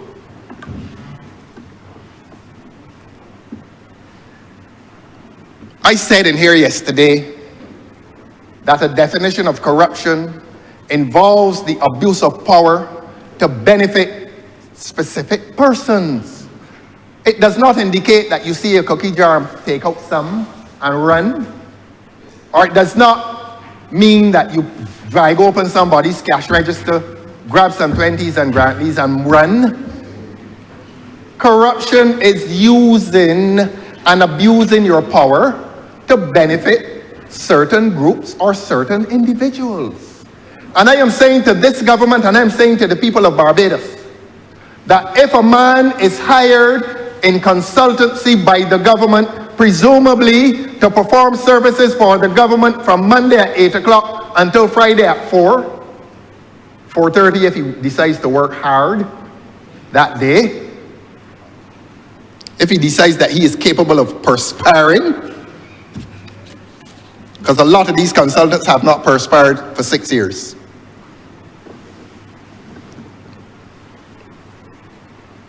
And it becomes a corrupt practice if the same gentleman hired by the government as a consultant then receives a private contract with the same government and is paid $1.7 million by the same government, and he now has 2 functions to perform. When I finish here, curse me. Curse me. Curse me for disclosing to the public what the public needs to know. Curse me, I will take it. Since last year, I knew what I was up against. It hasn't changed my resolve. I have said in here that I'm not afraid of you. So all these threats, bring it on, and that doesn't scare me. Because there's more that I can say. There's more that I can say. I told you, do not push me. Don't push me. I remember Jesse here. Yes. So I'm saying that it is corruption. You know, when I said it yesterday, oh, we are not corrupt. You could prove that somebody thieved something. Corruption does not exist exclusively at the level of theft. And when the government took up $1.7 million and paid to a consultant who was already a hireling of the government, that was a corrupt practice. He was benefiting, he was double benefiting at the expense of the public purse.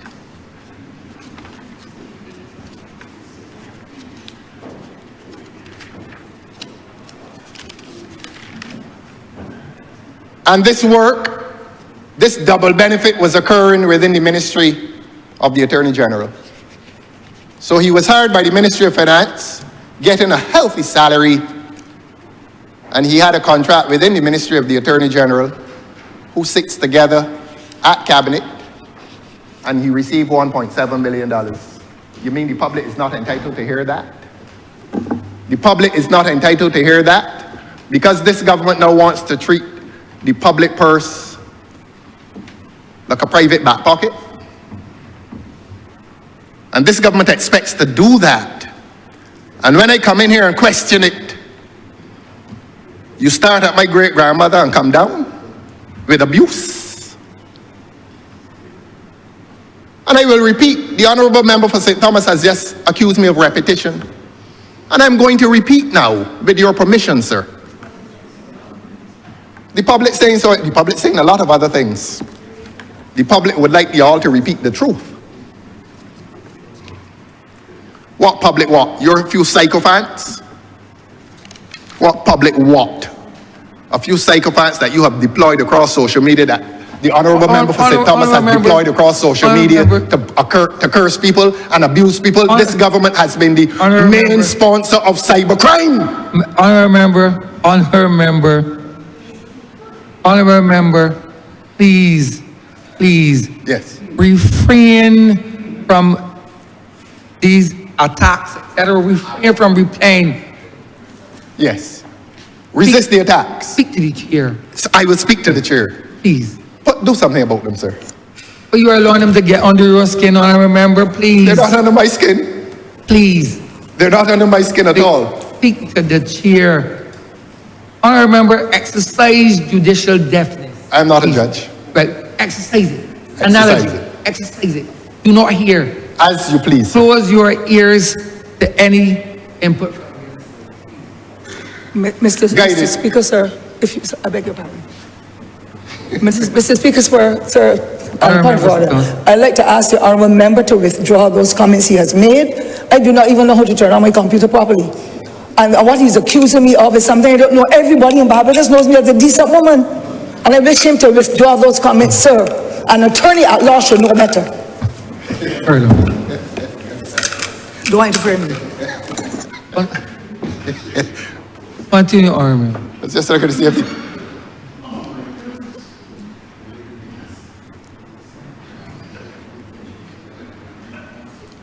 Give her a mint. Honourable, continue. Honourable member, please, please. A mint and a glass of water. Honourable member, do not speak across the aisle. I'm speaking towards you, sir. Honourable members on those sides.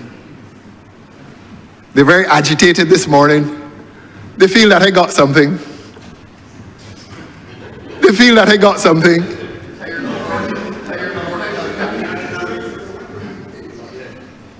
And I'm going to disappoint them. I have something. And they stopped me last night when I was going into details on Dubai. Yes. Yes, I'm not going back there. I'm not going back there. Mr. Speaker, I am not going back there. Me, please. I'm addressing you, sir. I am not going back to Dubai, where a man was paid $10,000 to sing one song. Not going back there at all, because Dubai has moved beyond entertainment. Dubai has become very serious business, and I'm saving them. I'm not going to disclose it during this exercise. The faces have gone glum and very serious. They're afraid. Relax, my friends. Let them relax, sir. Give them the assurance that I am not going to give it them any heart attacks today. Give them that assurance. So all the ones that jumping up on these points of order, calm them down, sir. You call it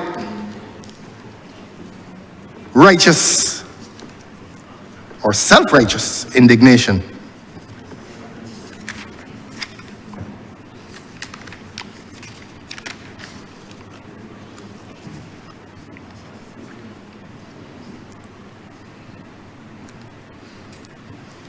This government has lost the support of the Barbados Police Service. I am not going to launch personal nor professional insult nor assault at the Honourable Attorney General. But under this Attorney General's charge, government has lost the respect of the Barbados Police Service. And I want to say to you, Your Honour, that when the Commissioner of Police was dragged into this place as part of the Attorney General's delegation on the first day of the estimates, somebody ought to have known better. That there is no place in here during an estimates debate for the Commissioner of Police. And Your Honour, it was painful to watch the Commissioner of Police being confronted by one of the honourable members, and I'm going to identify him. The honourable member for St. Philip South, the Minister of Agriculture, asked a direct question, in parentheses with some hint of hostility, directly towards the Commissioner of Police. That is not the done thing. Section 8. I know that he listens to my speeches, judging from his reaction, but his faculty of receptivity is far superior to his memory. And I have told this Parliament over and over again, and I'm going to write it next time. I believe it is Section 8 of the Police Act, which says that the Commissioner of Police has superintendence of the police service. and that the Commissioner of Police is answerable only to the head of state.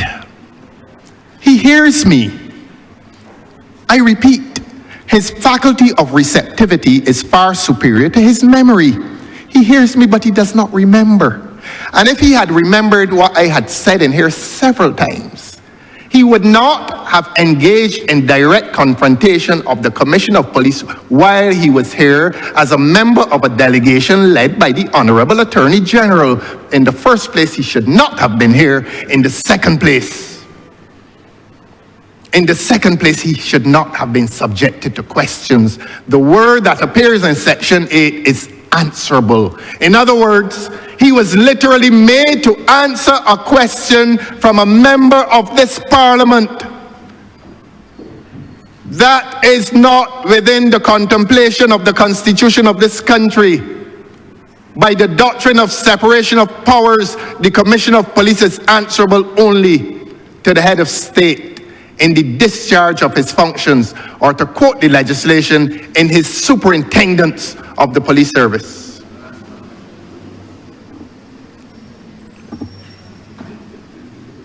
But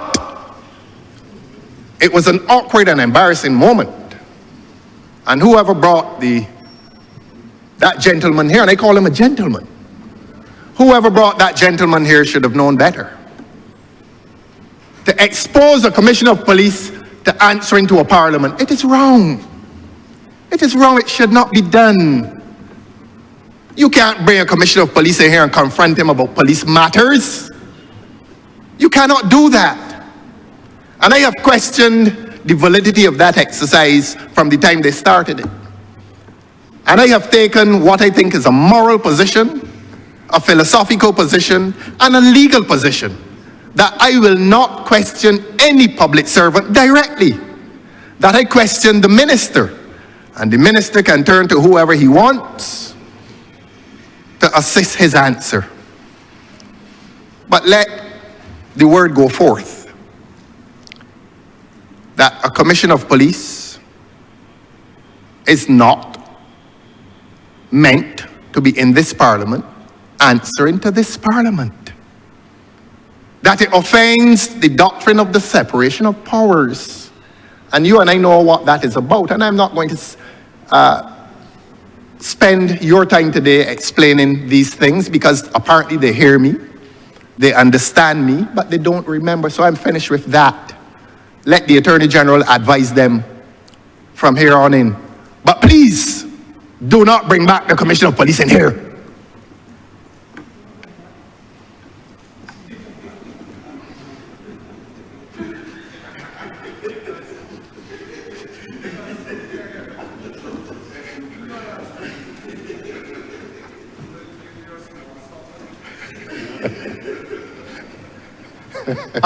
I remember, I'm trying my best to protect you. I am. I'm honestly trying my best. I am not in danger. Disregard what you hear on this side. I am not in danger. But just disregard. Why would I wrestle with a rabbit? Disregard what you hear over here. They Continue unperturbed, please. They are fluffy rabbits. You think a fluffy rabbit could wrestle with me? Continue unperturbed. And I'm not going to cuddle them. I'm definitely not going to cuddle them.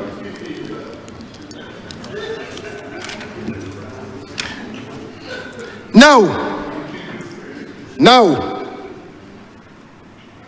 I am going to bring this Parliament and the people of this country to this question in a very limited way on the Constitution. Limited because I made reference to it earlier, but there's an aspect that the people of this country need to know. During the estimates debate, I asked this Honourable Attorney General when the new Constitution would be coming. Listen to the answer. Resistance. I am not seeing how that question relates to the estimates. Now, monies were voted in the estimates previously to establish a Constitutional Review Commission. Yet this Attorney General resists any question that seeks to have him disclose not only the allocation, the previous allocation of those funds, but the enterprise to which those funds were to be committed. And the usual resistance. Who am I to be asking him on behalf of the people when a new constitution is coming? I am not seeing how that question relates to the estimates. And then the learned Attorney General went on. I write a lot of notes in here, you see. A constitution is nothing more than fundamental laws, and it regulates the relationship between the state and the citizen. Excellent law. But the political question remains to be answered.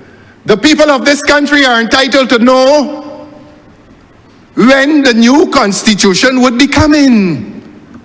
There were town hall meetings, poorly attended, held. The members were sent on excursions to various capitals across the diaspora, all in anticipation of the drafting of a new constitution. A presentation was hastily made to the president of this country as to that draft constitution.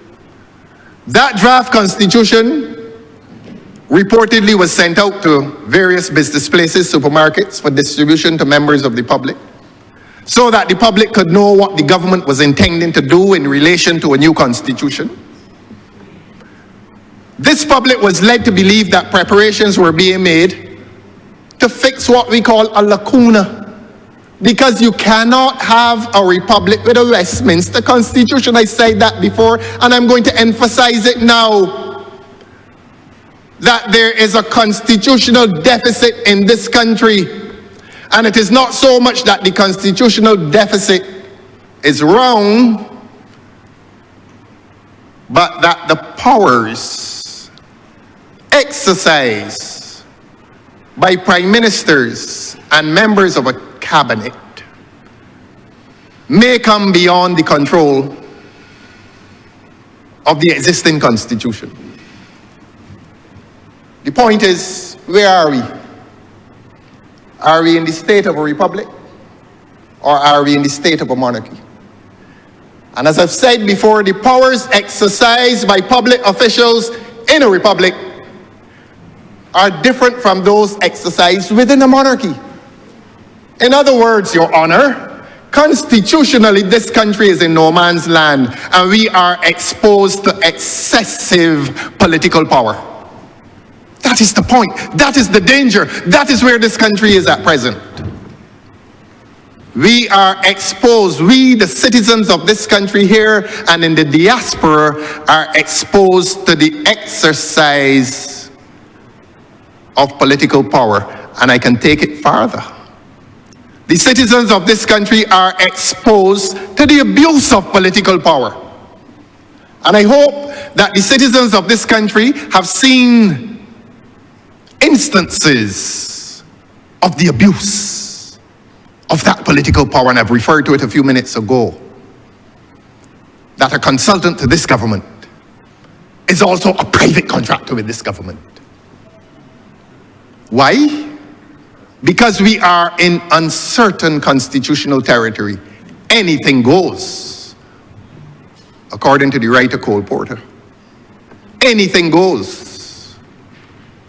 I don't know who wrote this one, but might is right. We have abandoned the Constitution, and we are now functioning on the principle that might is right. Power can do anything that it wants, and it is justified merely because it was done by power.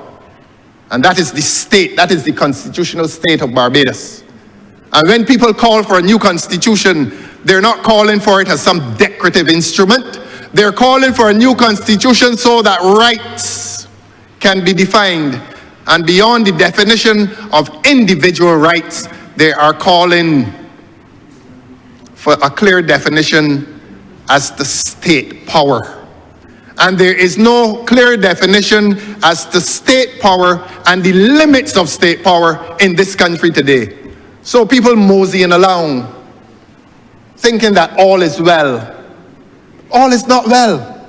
All is not well, Your Honor, because there is no satisfactory limit on constitutional power that may validly be exercised by those who have political power. As I said, anything goes, might is right. The survival of the fittest. And who is the fittest in this country? Show me a democracy, and I will show you a tyranny in the making. That has been my theme. And all that is transpiring politically in this country is consistent with that theme. We had a democracy, and we have lost that democracy to the onset of tyranny, dictatorship, despotism, if you want to use Professor Owen Arthur's word. That is where we are in this country. And no coy words, no coy language, and no smug behavior is going to extricate us from that constitutional crisis. There's a constitutional crisis pervading this country. And indeed, that is why the behavior of this government is as it is. That is why the simplest question asked of this government receives noisy resistance and assaults on the character of he who acts. No insult is going to make me absent when you sit on the next occasion. Have you noticed that I'm always here? Have you noticed? Always here. Always here. In the discharge of my function constitutionally, and I'm grateful for the nodding heads now who seem to be agreeing with me. I'm always here. No, Honourable Member, please tell the Honourable Member for St. James Central, I had a pressing engagement on that day. I wanted to engage with that member. Honourable Member, don't address him. Do not address him, even through me. This time it is cordial. This time it is cordial. Do not address him through me. But you know the irony, sir, is that he was inviting my participation. The Honourable Attorney General is afraid. You can't ask him one question. Honourable Member, that was your compatriot and your colleague and your junior. Right, that same member. Please protect my secret, sir. Please protect my dark secrets. You're asking him to do that for you? You, sir. I thought you were asking the Honourable Member You, sir. for St. James Central to do that for you. We need these light-hearted moments against these attacks. Assassins of my character, but they will not bury my voice. I am paraphrasing Martin Carter's poem in tribute to Walter Rodney. Assassins of character, but you will not bury the voice. So when you resist, I'm coming at you again. Because you have to give account to the people of Barbados. You have to tell the people of Barbados what is this country's constitutional state and status, Attorney General. And do not treat that as personal. That is political. You must account to the country. So when I said I was coming at him, I am not coming with any personal thing. I'm not coming to say what I know. Because what I know, the people out there know. And I don't bring it in here. So let us make that agreement. I don't know what they're hearing about me out there. But I know I have no reason to be embarrassed about any aspect of my personal or professional life. But I will not bring rumor in here. This parliament is above that. That gossip mongering is beneath the dignity of this parliament. And therefore I restrict myself to matters parliamentary. I believe I've said enough on that. We need a new constitution, and we need it soon. And the people of this country are entitled to know whether we will go into the next election with the present constitution or a new one.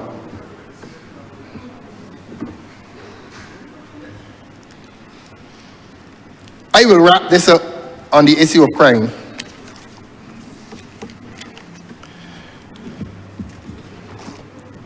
There's something that I have to say. And I don't think the people of this country will allow me to leave this speech unless I say it. Courage is the most enabling of the virtues. possessed by humankind. And the public will be very disappointed in me unless I come in here and display courage. And if it takes courage for me to say that this government has given comfort to the criminal element in this country, I am saying it now, that this government has breached its responsibility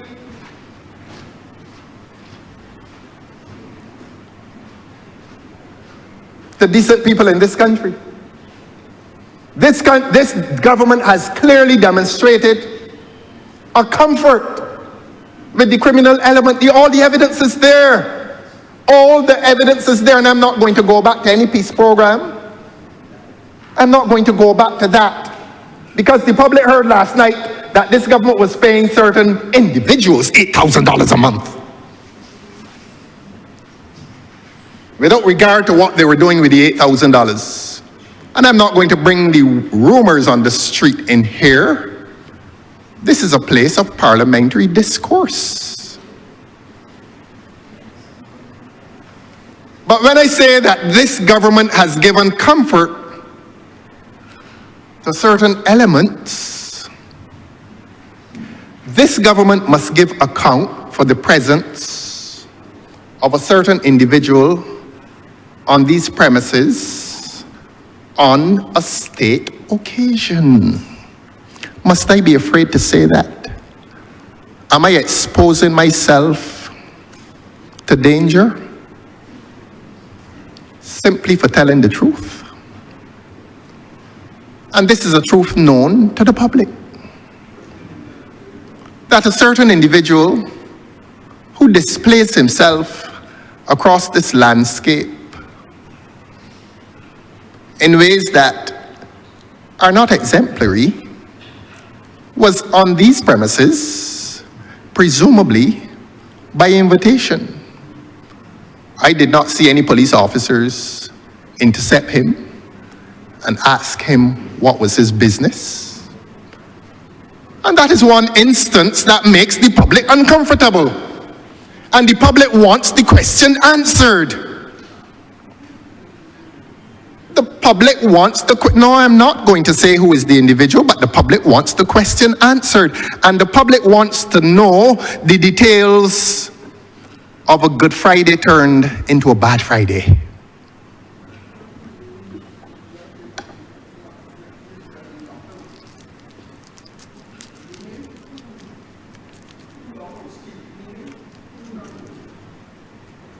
The public wants to know how that Good Friday turned bad has been resolved. The public wants to know what is the state of the relationship between public officials and members of a certain element. Must I be afraid to ask that question? Must I be derelict in my duty and fail to ask that question? Must I now take the position other than that? Well, let me say it positively. The public is entitled to ask the question as to whether certain relationships compromise national security. The public is entitled to ask if the police service is unhappy. The public is entitled to ask if the police service is unhappy with relationships. The public is entitled to ask whether we are on the road to the creation of garrison communities. And I'm not talking about the garrison Savannah, which this government is about to desecrate as an area of cultural heritage. I'll come to that. No, I'll come to that elsewhere, Your Honor. Elsewhere, not beyond this place. Keep him quiet. Tighten your seatbelt, son. I understand how turbulence treats people who are not comfortable. All you got to do is put on a seatbelt. These are questions being asked by the public And there are legitimate questions. Is this government complicit in the creation of garrison communities in this country and threatening free and fair elections? And if you threaten free and fair elections, you become a threat to democracy. And that is why the theme remains, show me a democracy and I will show you a tyranny in the making. And that is why there is so much discomfort in this country. The people are uncomfortable because those relationships are not clearly defined for the sake of people's psychological comfort. People once knew, felt, and believed that certain individuals would never have access to the state and to state agencies. And permit the repetition even now that the peace program is clear evidence of a relationship between the state, a relationship that has been given legitimacy by the state, a negotiation between the state and certain elements that undermine peace and order in this country. The government must now be called upon to resolve issues of that relationship. And I call upon this government, in all seriousness, for the sake of peace and order in this country, to remove itself, to extricate itself from relationships in which the state is now in negotiation with those elements. In other words, let the police service be a police service. Let the police service protect the citizens of this country. Let the police service serve the citizens of this country. Let the police service reassure the citizens of this country.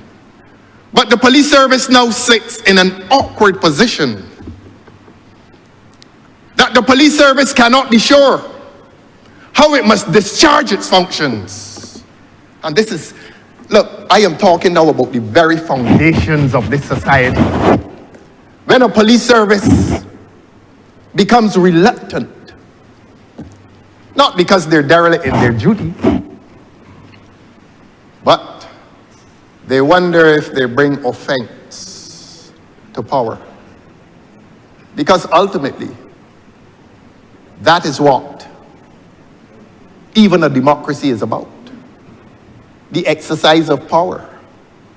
But in a democracy, that power must be validly and legitimately and constitutionally exercised. And that is why I've told the Attorney General here today that the existence of a constitution of a specific nature is vital to the security of this country, the safety of this country, the psychological comfort of the citizens of this country. These are not pretty words. These are harsh realities. That the absence of a republican constitution bears grave consequences for peace and security in this country. That powers of officials of state are ill-defined. Nobody knows who has what power, and everybody now feels that one person has the power. And that is where we are. And every public institution stands at risk. Not many people will articulate it, but they feel it. They feel the overwhelming presence of unlawful power in their lives. They feel that they cannot complain about anything. And they see one man in this parliament meeting the fiercest resistance to the simplest questions. That is evidence. That is evidence of a government that is likely to abuse its power. That is evidence of a government that does not recognize the limits of political and legal power that every simple question that is asked, every simple statement that is made, is seen as a statement in hostility to the government's comfort. And while the government remains comfortable, the people out there are uncomfortable because they too believe that their rights and interests and entitlements are at risk in the face of a tyrannical government, a government that does not respect constitutional rule, a government that respects only its own power. And that, as I said before and I say again, worthy of repetition, might is right and all that is right is might. And as long as you have might, you don't worry about justice. Justice becomes irrelevant. Propriety becomes irrelevant. And all the constitutional and political values become abandoned. And it is only might that becomes right. The only virtue in this country is the possession of political power. The law does not matter. The Constitution does not matter. Decency does not matter. None of those things matter in the face of a tyrannical government. A government which has started to believe its own myth. This is a jurisprudential discussion. We are discussing the law. A government that has begun to believe its own myth, the myth of its infallibility, the myth that no citizen has the right to challenge this government. And what is the basis of that feeling? Is it that figure called 30 love? Well, it is no longer 30 love. And that has been obvious since last February. And my endurance is not intended to attract sympathy towards myself. If I needed sympathy, I would not have been here. I would not have been here. I repeat, I am alone, but I'm not lonely. And I challenge any member of this government to go into the public domain and ask the public how they now feel about this government in this tyranny that used to be a democracy. There is a groundswell. There is a groundswell of discontent with the manner in which this government has begun to function. This government is functioning without regard to the rights of people in this country, the legal rights and the political rights, because if I had political rights, I would be able to come here and ask questions and make statements in silence, unless the question is answered according to the wishes of the people. Resistance. Resistance. All the people are meeting in this country is governmental resistance. Maybe there are some among you who do not have that philosophical bent, but all of you become complicit. All of them become complicit, Your Honor, if there's no one prepared to whisper for change. Do what you must do, government. Do what you must do. But bring a new constitution to this country so that rights are clearly established and delineated.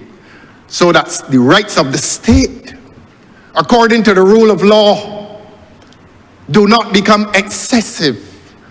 Because even the state, as powerful as it is, under the rule of law, must have its rights and its powers limited. That is what the rule of law is about. That the government is not entitled to exercise unlimited power. Even the government is subject to the rule of law. Even the government is subject to the Constitution. We live in a country now in which the Constitution means nothing. In which a learned Attorney General says, a Republican Constitution, whether it comes or not, is neither here nor there. Because power ranks in priority over constitutional rule, and that's the point. And that is the source of public discomfort in this country. That there's no accountability. And accountability is a duty exercised under a constitution. Transparency must be exercised under a constitution. I am giving a speech as to the importance of constitutional rule, not governmental rule, not the rule of the party, not the paramountcy of the party that has decided to paint every recreational space in this country red, so that the party ranks with priority, ranks as paramount over the state. The national state colors are not red.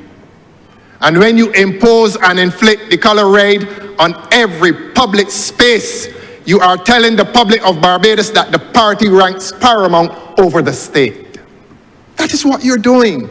And that is the offense being brought to liberty in this country, to freedom in this country, if you wish. That is why there's that groundswell of resistance to all that the government is doing. That is why a constitution is important. We are in no man's land. That is what I posit today. We are constitutionally in no man's land. I am asking and now insisting that this learned Attorney General should take this country into certain constitutional waters. That the present situation is untenable, and to dismiss it as if it were the idle wind which he respects not brings offense to freedom and justice in this country. And there are examples of it. Whole Town is one. The treatment of the people in Whole Town who are protesting is evidence of the government's position that might must always be right. And that in spite of the protests, government has done something, it is done, and the people who protest down there are being told, live with it. And the people in the East Coast are being told, live with it. And as I said before, and I'll say again, they're coming to Oistins. The government is coming to Oistins in relation to that civic center. And we don't mind them coming to Oistins. But the displacement that they threaten on the other side of the road will be resisted. And as I speak today, it is being resisted. But I don't bring private litigation into public spaces. I don't. But tell the Whole Town protesters that Whole Town is not the last great stand against this government. This government is coming down the coastline. This government is going for that historic area called the Garrison. And the government has clearly indicated its plans and its intentions when it has placed a massive block of concrete on an underwater stream that waters many Barbadians. Yes, it is sitting atop an underwater stream. And the people of this country have no right to protest. The people of this country have no right to let their voices be heard in defiance of state power. They have no right. They have no right to say that that building should not have been there. They have no right to defend heritage in this country. They have no right to say that the Garrison is a treasured asset of this country and that it must not be desecrated by a government that will not have its powers limited by a constitution. That is how this government disposes itself in relation to the rights of the weak citizens of this country. That you are disadvantaged for your weakness and given advantage only because you have political power. That is where we are in this country. That is where we are. Your Honor, permit me to move to another.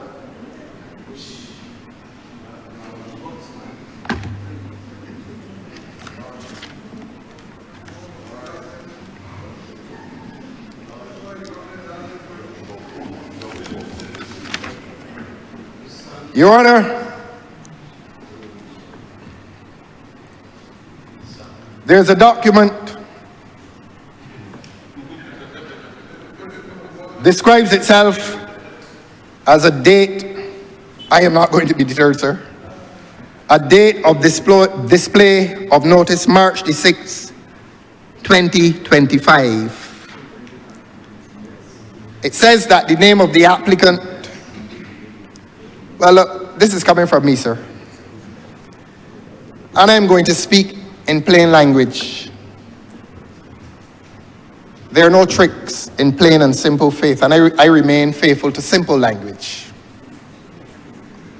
The Barbados Agricultural Credit Trust Limited has made an application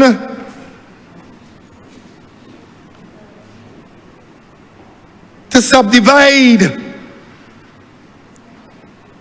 certain lands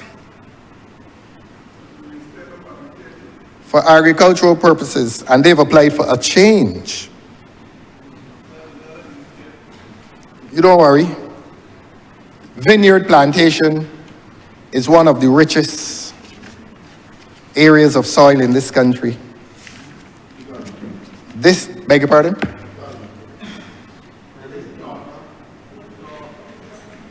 Well, since I'm not hearing him, I will not respond to him. If I hear you, I will respond.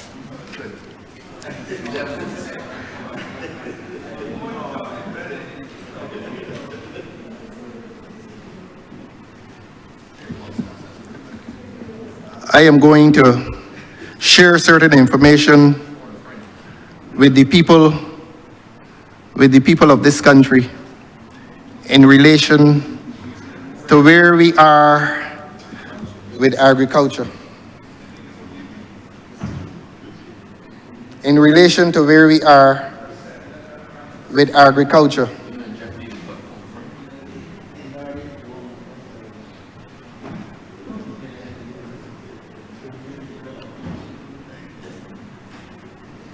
Vineyard.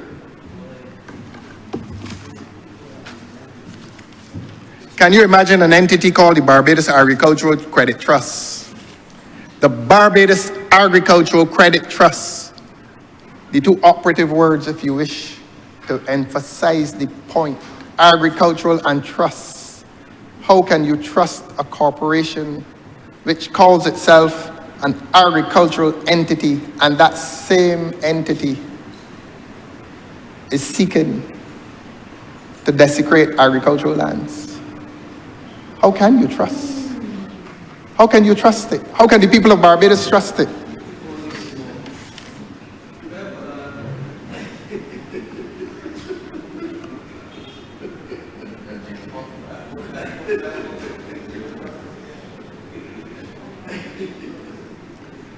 And that is Vineyard Plantation in St. Philip. And the people of Barbados need to hear these things. And not only is it Vineyard Plantation in St. Philip, but it is Barnwell Farms in St. Thomas.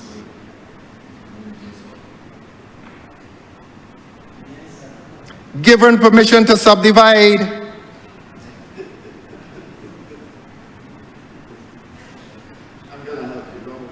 And this is despite the fact that there are entities willing to invest in the farm to restore it. There are entities willing to invest in Barnwell and St. Thomas. Come, let us reason together. Thank you very much. And I will accept the help on behalf of the people. And if this minister shows the kind of maturity that he presently shows, this exercise will be all the more worthy. Thank you, sir. And consider these questions within my right to ask. And I ask this Minister of Agriculture to give account for the change of use from agriculture in relation to those fertile lands at Searles. And this is not to bring offense to the investors, Coverley. The people of Barbados must know, Drax Hall, come let us reason together. Carmichael's, Poulan, Bullens Agricultural Station,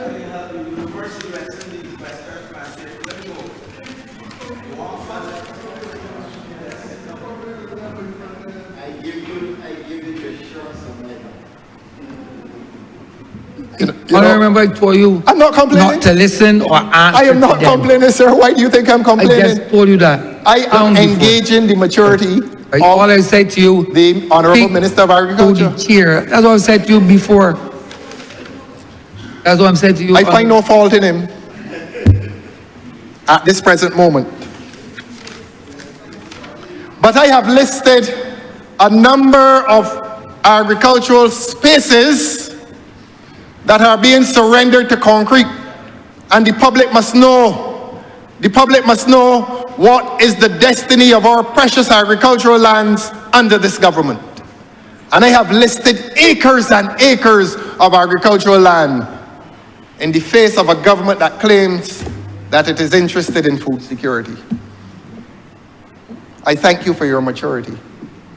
And I thank you for your engagement through you, sir, Honourable Minister of Agriculture. Permit me, Searles, Coverley, Dratsall, Carmichael's, Pooland, and Bullins Agricultural Station. And while we're at it,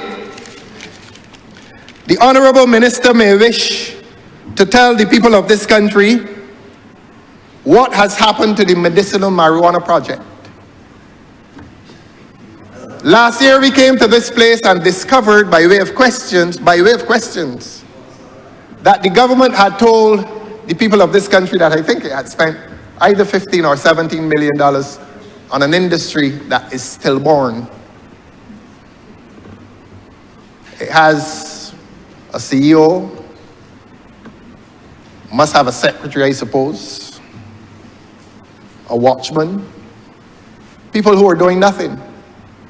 And the public has so far spent in excess of $20 million on an industry that is going nowhere. So that when the people of this country say that this government is mismanaging public funds, they're right. They are right. An honourable member, through you, sir, for Christchurch South, the question will be asked and must be asked. Philip South. St. Philip South. I'm not tired though. The honourable member for Christchurch South is asking the honourable member for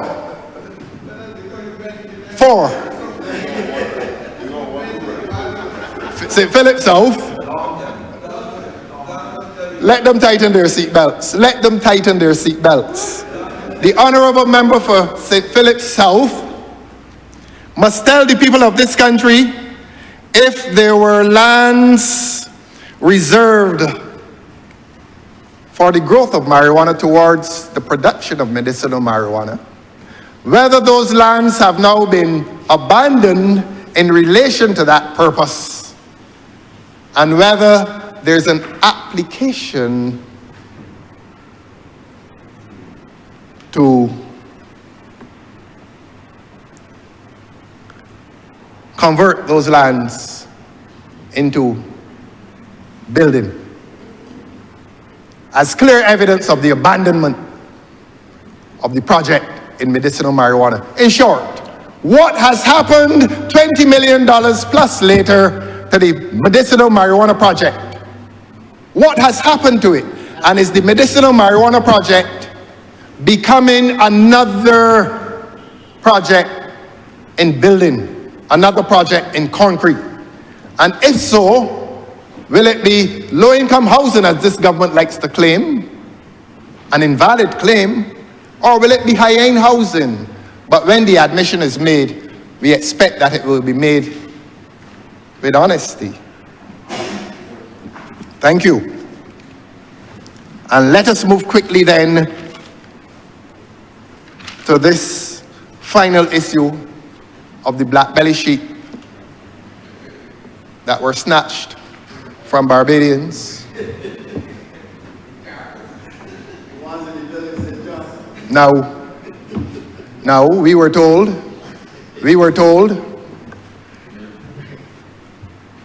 at various times in this parliament, when we asked, but what is this project about? And the minister came to this parliament and said, look, we are sending them to Guyana to have them slaughtered there and have the carcasses sent back to Barbados. a very costly exercise. It did not make financial sense. That we have an abattoir here, I assume, a slaughtering house here, I assume, and we took up over close to 1,000 sheep, sent them to Guyana, and a member of parliament in Guyana came here and said she's never seen them. I know Guyana is a large country, but somebody must have seen them.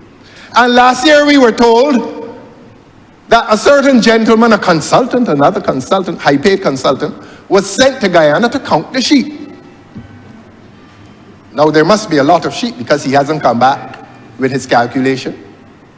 And this Honourable Minister of Agriculture has been unable to tell the people of this country what that project is about.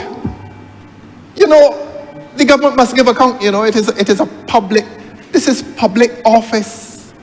This is not private office. The government is not occupying office by entitlement. The government is occupying office at the will of the people. And the government must account to the people. And if 900 black-belly sheep were sent to Guyana, paid for with public funds, the public is entitled to know. But what we do know is this, that the project has come to an end. Yes, Your Honor, we are told that they're no longer sending any sheep to Guyana. Whether they're alive or dead, no more sheep will be sent to Guyana. Look, they picked up $600, this government, and paid the people for each sheep. Now, let us look at values. What has the $600 done for the owner of that stock? What has it done? The sheep would have been of more medium to long-term benefit to the owner, to the farmer. $600 in the supermarket can't buy much. So the money gone and the sheep gone too. And the project has gone as well. And we don't want to live on the rumor that the sheep were taken to Guyana, stood up in the waters of Guyana, suffered from rotted hooves, and died.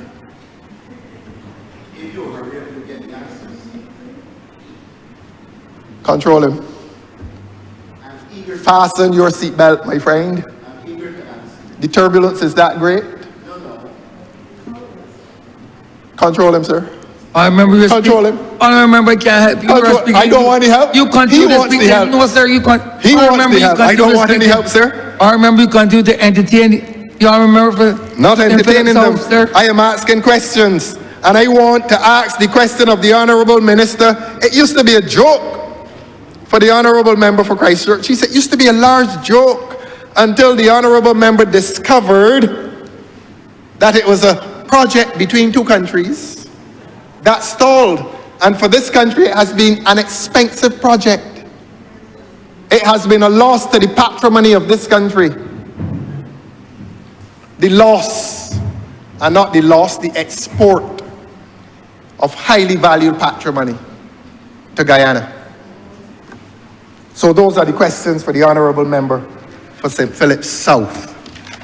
Simple questions, simple answers. Nothing further on that. The Honourable Minister, oh dear, that Honourable Minister is absent because that Honourable Minister is not a member of this chamber, of this body. But certainly in relation to the Ministry of Industry, I think innovation and technology they call it, let us, the people of Barbados, send a message to that ministry that there is a piece of legislation called the Public Procurement Act. And the Public Procurement Act seeks to protect public funds. And if a ministry is going to be awarding a contract in the amounts of millions of dollars, it must be sent out to tender. You can't take up $7, $8, or $9 million without tender. That is the law of Barbados. And we ask the question, did that ministry offend the Public Procurement Act when it awarded a large contract in the sum of millions of dollars to an entity without advertisement for tender? Simple question. I'm not going to get the answer. We know what has happened in recent times in relation to that ministry. And all we would ask this government, having collective responsibility for the acts of that ministry, what is and has been the extent of the cybersecurity breaches? The people in this country are not told. They have not been told. We live in an ocean of information that is vital to our survival. Bank accounts, all kinds of vital statistics. In the old days, it was kept in a ledger. Today, it is in something called cyberspace. And that cyberspace has been compromised. And this government has not had the openness, the transparency through that ministry to tell the people what has been the extent of the cybersecurity breaches which affected even this parliament. Which affected even this parliament. So it is not an occasion for smugness. These are questions that the people of Barbados want answered. I move quickly. In another place, I pay tribute to a fighter called Ms. Patricia Mapp, who died a few hours ago. And I know that the Honourable Member for Christchurch West Central will join in these commiserations. And she was a member of the Fisher Folk who fought with us. And the Honourable Member for Christchurch West Central said in here that $7 million had been paid to the Fisher Folk community as government's contribution to their loss of income, their loss of a livelihood. And this international community of which we are part, a few days ago celebrated International Women's Day. And this government came to a settlement in which it paid boat owners, most of whom are men, and fishermen, I think all of whom are men, up to $9,000 in assistance, financial assistance. And this government, for some strange reason, this government that claims that it champions the rights of women, have decided that the fisher folk, the vendors, most of whom are women, must only receive $1,500 as a one-off payment. And the men have received $1,500 in 6 installments. That's $9,000. And I ask the simple question, why? Why is this government discriminating against the vendors, most of whom are women, in a program of assistance? Why? And I'm confident that this minister will have the compassion and the maturity to answer those questions as seriously as their acts. Because I have a right to ask. The Fisher Folk community can't come in here. And I have consented to ask those questions in here. And I want to tell, through you, sir, the Honourable Minister, that in spite of the unequal payments made as between those men and those women, there is solidarity among them. That the men have not abandoned the women because they have received preferential treatment. That the men remain sympathetic with the vendors, with the women who have received only $1,500. And we resist the practice of the government in giving them unequal treatment. And one of the fighters in that battle for the just treatment of the fisher folk was Miss Patricia Mapp. And we condole with her family, with her children. And this place is not too lofty a place to pay tribute to Miss Patricia Mapp, formerly of Bayfield in St. Philip, who has had a long association with the fishing industry. And I seize this occasion to condole with her children, Gloria, Melissa, Sheldine, and Jason, at the loss of their mother, only at the age of 61 years old. She came to every meeting of protests, planned protests that we carried against the government. And the government relented, not by my effort, but by the joint effort of a collective called the Fisherfolk Community of Barbados. They came from far, Oistins and Bridgetown, vendors, fishermen and boat owners joined in that struggle to receive assistance and indeed to force assistance from the government. And today I pay tribute to Miss Patricia Mapp, a fighter for justice for the fisherfolk. And I will only repeat in tribute to her the words of Maya Angelou. Out of the huts of history's shame I rise. Up from a past that's rooted in pain I rise. I'm a black ocean leaping and wide, welling and swelling, I bear in the tide. Leaving behind nights of terror and fear, I rise. Into a daybreak that's wondrously clear, I rise.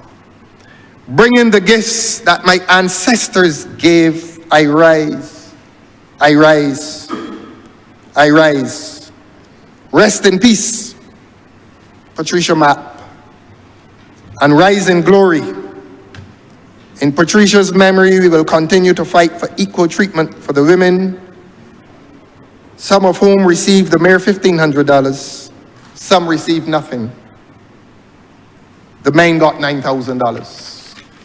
And I know that these words fall on the compassionate ears of the Honourable Minister that is responsible for the blue economy. Perhaps if it were not he, I would have remained silent on this. And so I must remain confident that this Honourable Minister will bring justice to those for whom Ms. Mapp fought, and those who remain behind, and those who continue to suffer deprivation of a small amount of money, except that they're not rich people. And $9,000 is a lot of money to some of us, and to others it is not a lot of money. And whether it is a small amount or a large amount, in this case, the move from 1,500 to 9,000 will constitute justice. And the fisherfolk community of this country, all they're asking for. They're not asking for political favor. They're not asking for any favor of any kind. They're asking for equal treatment among all of them. I rest the case for the fisherfolk community. We promised that we would fight that battle until it ends. It has not ended. And if this minister regards us as nuisances, we do not believe that we are nuisances. That is a fight that is justified. Your Honor, please permit me a few minutes yet to look at sport in this country. I have accused this government of not giving serious or fair treatment to sport. And I've heard the Honourable Minister, the member for St. John, speak quite impressively as to all of the programs that exists within his ministry. Lots of programs dedicated to blocks, and that is noble. But I want to urge the Honourable Minister of Sport not to look outside of that at-risk community, but to continue to embrace that at-risk community, but to include in the ministry's mandate a dedication, a devotion to professional sport. I know how the minister feels, and I know what the minister wants to achieve. I know, we know. And we know that the presence of the at-risk community is a threat to all of us in this country. But perhaps I need to go above the Honourable Minister and ask the entire government to dedicate a ministry or some part of a ministry to sport as a professional endeavor. Maybe this government is not aware that sport is one of the world's biggest industries. Maybe this government is not aware. And if this government were so aware, this government would not have abandoned the Barbados Defence Force sports program. And at the estimates, I pay tribute to young Tino Bess as one of the success stories of that sports program. Tino has played cricket at the very highest level, and he's done so successfully. He has not been the best of West Indian fast bowlers, but he has revealed the best of character. He has revealed the best of sporting determination. He has revealed the best of professionalism, which was inculcated in him during his time at that Barbados Defence Force sports program. And there are others waiting to receive similar service, but this government does not take sport seriously as a professional endeavor. And I am asking this government and I'm asking this minister to transfigure the sports project into a professional project, while not bringing disadvantage to the at-risk community. Indeed, members of that at-risk community may even graduate into the professional program because they have talents too, except that they are debilitated by other influences in their lives. And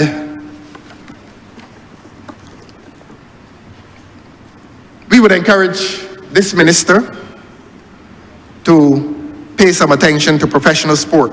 We want to encourage this minister to take a look at the proposed national youth policy. This government has promised a lot. And there was a national youth policy completed in 2022, and the public is yet to hear what has happened to that national youth policy. As I said, I listened to the minister during the estimates, and I was quite impressed at the number of programs. My concern is as to the quantity of success. How successful has this ministry really been in relation to elevating young people out of stations of adversity? How successful has been the ministry? We don't know. We really do not know. And it is fine to advertise the programs, but give us some results. The Prime Minister's Cup has yielded nothing except a dispute over money. A lot of them, we are told, have not yet been paid. A lot of them were paid a paltry sum. That is not professional sports. There's room for the development of professional sport in this country. And when this government, and if this government listens to the voice of Dr. Dawn Marie Armstrong, who must now be a leading authority in sports development in this country, who can make a contribution to sports in this country at the highest level, if the government should listen to voices like that, the government would avoid the mistakes of a Prime Minister's Cup. And hours after the Prime Minister's Cup ended, there was no change, there was no societal change. There was nothing achieved by that event except a dispute. So we ask the government to develop an industry for professional sport, but that is unlikely to happen soon because this minister must bring a report card to the nation as to the National Stadium, which stood there from 1970 until a few years ago. And how can we seriously talk about sports and athletics in this country when we do not have a national stadium? And how can we seriously talk about the development of sport when this government promised the communities of this country that it was building mini stadia? And the facility at Parish Land in Christchurch stands as testimony to the government's failure. It looks as if a bomb has been dropped there. The people of Parish Land now have no recreational area. It is littered by limestone, rocks, grit. It is a disgrace upon that landscape, but that disgrace reflects the disgrace that exists across Barbados. Not one mini stadium has been built. And I said before during the estimates, and it is worthy of repetition here, that you cannot refer to a facility as a mini stadium or a stadium of any kind unless it has a running track. It doesn't have to go 400 meters. It could be 60 meters, as is done on the professional circuit. But it gives the little 10 and 12 and 13 and 15-year-old boy and girl an opportunity to exploit and explore his talents when he or she comes home from school and runs on a track 50 meters. The community is not asking for any, as I said, 400 meters track of 8 lanes. And if the space is there for 400 meters, 2 lanes. 2 little boys can race against each other, 2 little girls can race against each other. But we do not have anything that comes close to a mini stadium in this country. The erection of a fence does not define the recreational area as a stadium. Again, this government is displaying contempt towards the aspirations and the hopes of young athletes in this country when it insults them with what presently exists in this country. Recreational facilities with a fence. And the fence has caused those areas to lose their organic relationship with the community in which they exist. I've said this before. Not during this debate, not during this speech, but I've said it before. And sporting activity has not been augmented for the presence of those facilities. And it slipped from the mouth of the Honourable Member for St. James Central within the estimates debate, when he confirmed what I had been saying for a long time, that the real motive behind the construction of the fences, was to transform those areas into areas for paid entertainment. And that is wrong. That is wrong. He said, the Honourable Member said at the time, look, fence in the places and give a fella a chance to make $1. No. That is not a noble purpose. That is disrespectful to the community. And St. Catherine's Ground will not continue to be St. Catherine's Ground as we have known it for the presence of a fence. The Gall Hill facility will not continue to be the Gall Hill facility for the presence of a fence, except if you want to keep the ball in. But as the Honourable Minister said, he wants to keep out the rats. I'm glad I evoked his smile and laughter. And we are capable of that from time to time. But I think I've said enough on sport. I think I've criticized this government on its sporting program enough. And Honourable Minister, through you, sir, the public wants a report card as to the success of these mini stadia. We say that they have not been successful. I remember during the estimates debate asking the Honourable Minister if crime has affected sport, and the Honourable Minister gave an answer which was political but not correct. The Honourable Minister took the view that crime has not affected sport. I do not know why the Honourable Minister would have taken that position, but everybody in Barbados knows that crime has affected sport. And not only violent crime, but engagement in crime. And the Honourable Minister can drive home and drive through most of the districts that have the NSC, National Sports Council facility, 4 to 6 on any evening.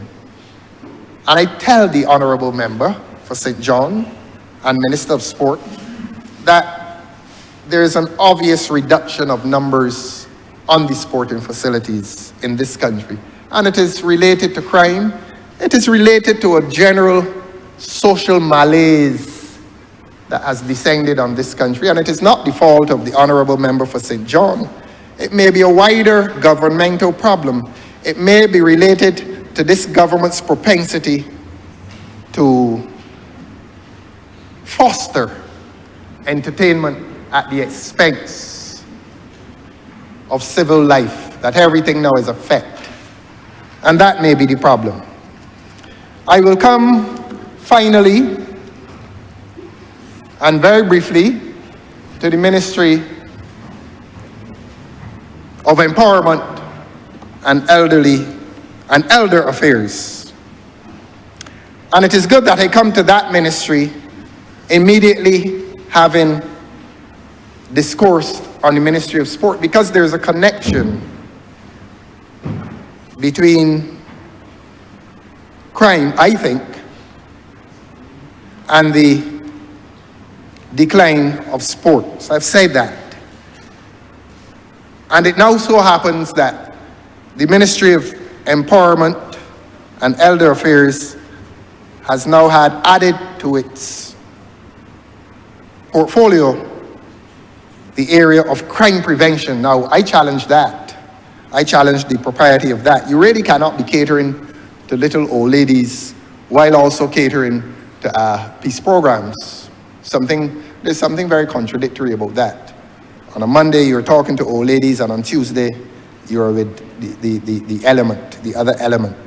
But I believe it is a short-term measure. Perhaps it has been done as a temporary expedient until some other person is drafted in to share those responsibilities. But the public will be very disappointed if I do not repeat this event in which an entity has continued to benefit from the public purse.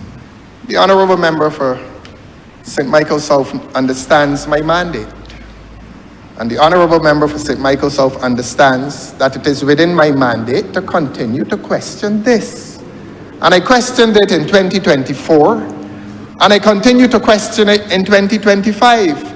Because in 2024, the public heard that an entity that is supposed to be concerning itself with the homeless received $500,000. We are not aware that any proposal was presented to the ministry outlining the costs. And if a proposal was presented to the ministry, it must be by some happy coincidence that the exact figure of $500,000 goes to the entity.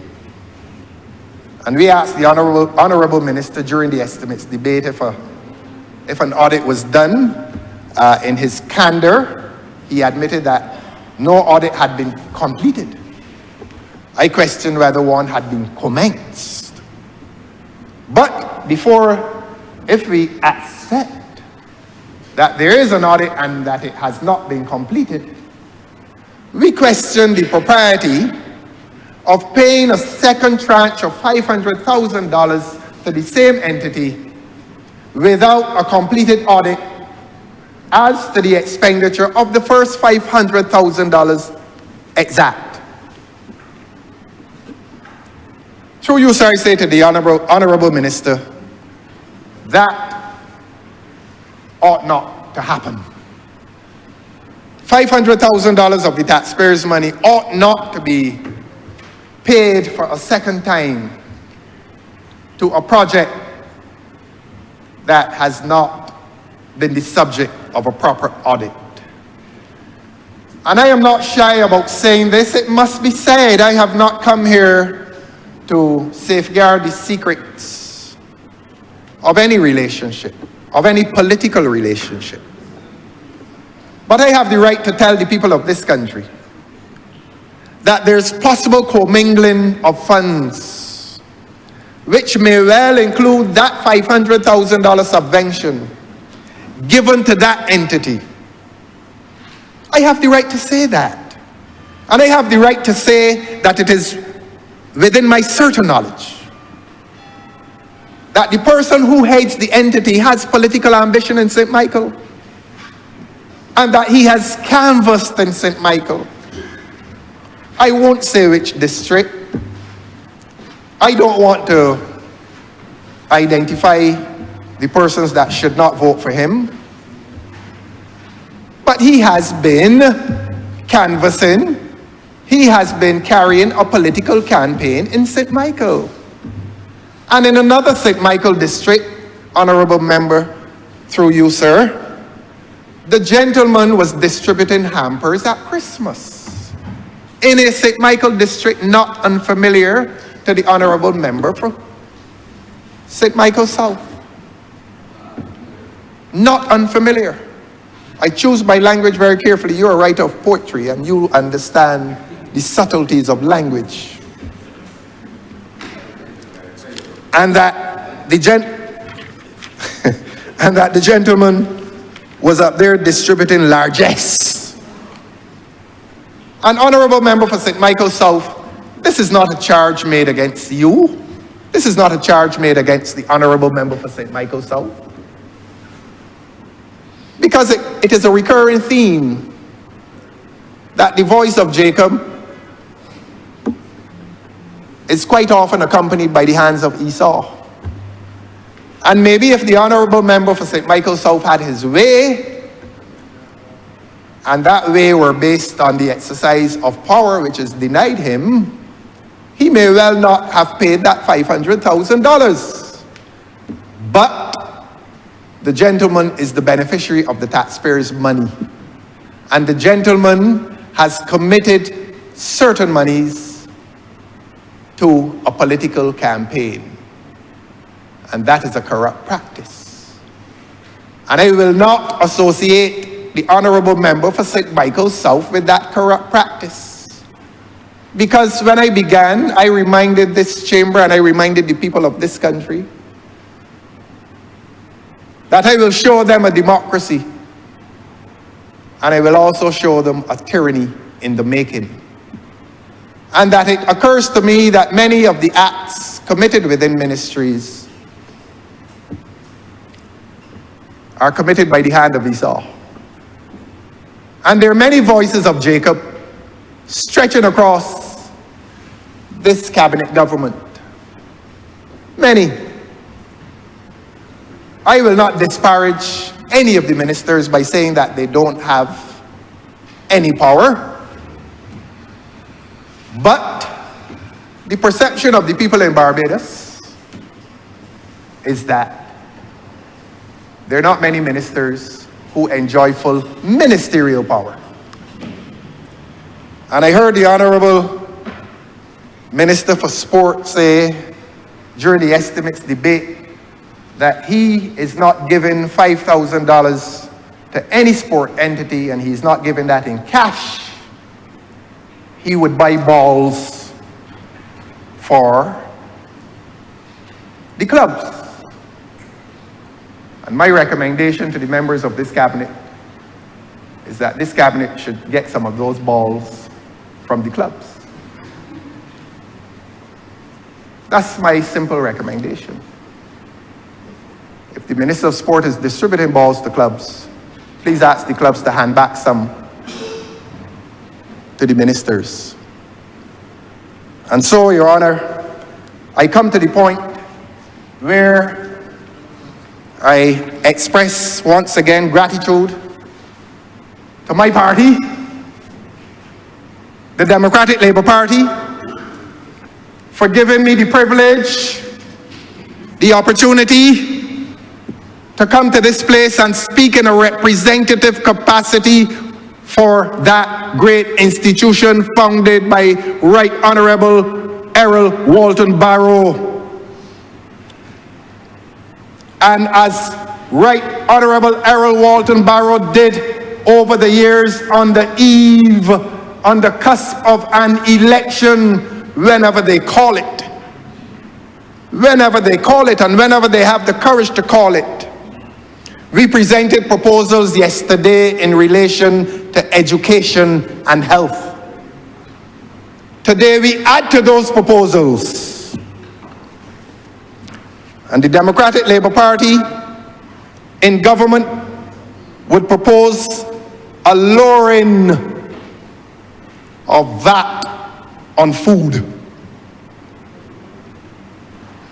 The Democratic Labour Party in government would seek to establish a policy relationship with the Barbados Light and Power Company in which the endeavor would be that of lowering the price of electricity in this country.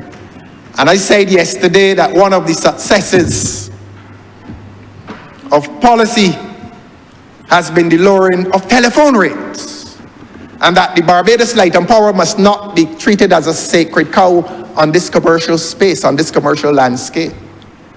And if the Barbados Labour Party government is afraid of the Barbados Light and Power, or if the Barbados Labour Party government is in an unwholesome relationship with Barbados Light and Power, which deprives it of the opportunity to bargain as an equal partner, one of politics, the other of commerce, if there is an unwillingness to negotiate and to bargain with the Barbados Light and Power in the interest of the consumers of this country, then the Barbados Labour Party government has forfeited its position, its status as being representative of the people, of the interests of the people of this country who are suffering. Industry is suffering from high electricity rates. It is untenable, honourable members of this government, through you, sir. Electricity rates are driving inflation in this country. And one of the ways to tackle inflation in this country is not to tackle with hostility the Barbados Light and Power, but to enter into a relationship with Barbados Light and Power in which it must recognize its corporate responsibility to the people of this country. And the people of this country believe, based on the evidence, that electricity rates are too high. Where stands the government? A Democratic Labour Party government will seek to ensure that electricity rates in this country reduce. And if it must reduce in relation to renewable energy, it must reduce. And if it must reduce in relation to the use of fossil fuels, it must reduce. And I noticed that the government has extended the magic date from 2030 to 2035. Not surprising. These incremental adjustments to government policy. But I return to the proposal that the Democratic Labour Party government will and must attend to the issue of high electricity rates, and that it will engage the Barbados Light and Power Company in mature discussion. The Democratic Labour Party government would propose to reverse the housing trusts on agricultural lands. That is destructive of this country. That the housing trust is presently destructive of the topography of this country. Does this government understand that a lot of these housing projects are contributing to mini climate activity? Does this government understand that? And that a new Democratic Labour Party government would refocus the housing trust back into the traditional communities. You can drive through any community. I drive through Bayland on mornings. Much dilapidation, many empty lots. The housing trust can find its beginnings within the local established lived-in communities. And you do not necessarily have to be desecrating precious agricultural lands for a housing trust. It is madness. It has reached the stage of madness when this government finds itself desecrating our agricultural resource for the sake of cement, when this government ought to do an audit into the established lived-in communities and begin the housing trust there, and to employ local labor, local contractors to build in according to designs that respect heritage. This country could look so beautiful if the housing trust is rationally implemented in this country. Vespera Gardens is a blot on the landscape of this country, and I say that with apology to those who have been forced in to the houses there. A Democratic Labour Party government would establish a sports academy for professional athletes in all disciplines. Why has this government seen it fit to dismantle or to destroy or to suspend the Barbados Defence Force sports program? Again, that defeats the aspirations, the legitimate aspirations of athletes in this country. The absence of the national stadium is one thing, and then you exacerbate the problem by suspending the Barbados Defence Force sports program. And a Democratic Labour Party government would attend to that and fix that and re-establish that sports program in association with a larger sports academy, so that young athletes in this country, when a person discovers his athletic potential in knapsack, he knows that at some point in time he will find himself in a structured and highly disciplined environment in which athletics, his athletic prowess, would be taken seriously, and that he could become a Usain Bolt in Barbados, and that sports, athletics, would be placed within the mainstream of education in this country. That a student will not be celebrated just as a little boy who can run fast, but that talent becomes within the mainstream of his education, reshaping education. That's why we said yesterday that the attention to education should not be preoccupied with structures, but that a government needs to pay attention to the curriculum. And a new Democratic Labour Party government would pay attention to the curriculum as early as primary school, and most definitely within the secondary schools. And sports and athletics would be placed on the curriculum as a serious human endeavor. This country needs a new cultural policy. Definitely needs a new cultural policy. And arts in this country are now defined by bacchanalian expression. There's a place for that, and there's a time for that. To everything there's a season, a time for everything under the heaven. Ecclesiastes 3:1. But this is not a sermon. We need a new cultural policy that genuinely redirects state participation in entertainment and the arts. Most people have a perception of the National Cultural Foundation that it has become a place that promotes bacchanal. That is the perception. Importantly, on a Democratic Labour Party government's agenda would be serious attention to the police force, police service, and in modernizing the police service. The police service is presently weighted under by its colonial structure, and attention needs to be paid urgently to two aspects of the police service. This country must not proceed into a future in which salaries paid to police officers remain as modest as they are. I will not disclose the numbers, but police officers in this country are woefully underpaid. And a former prime minister said that police officers are not special, and I disagree with him even now. Police officers are special, and police officers should be better paid in this country for the quality of contribution that they make to the social order.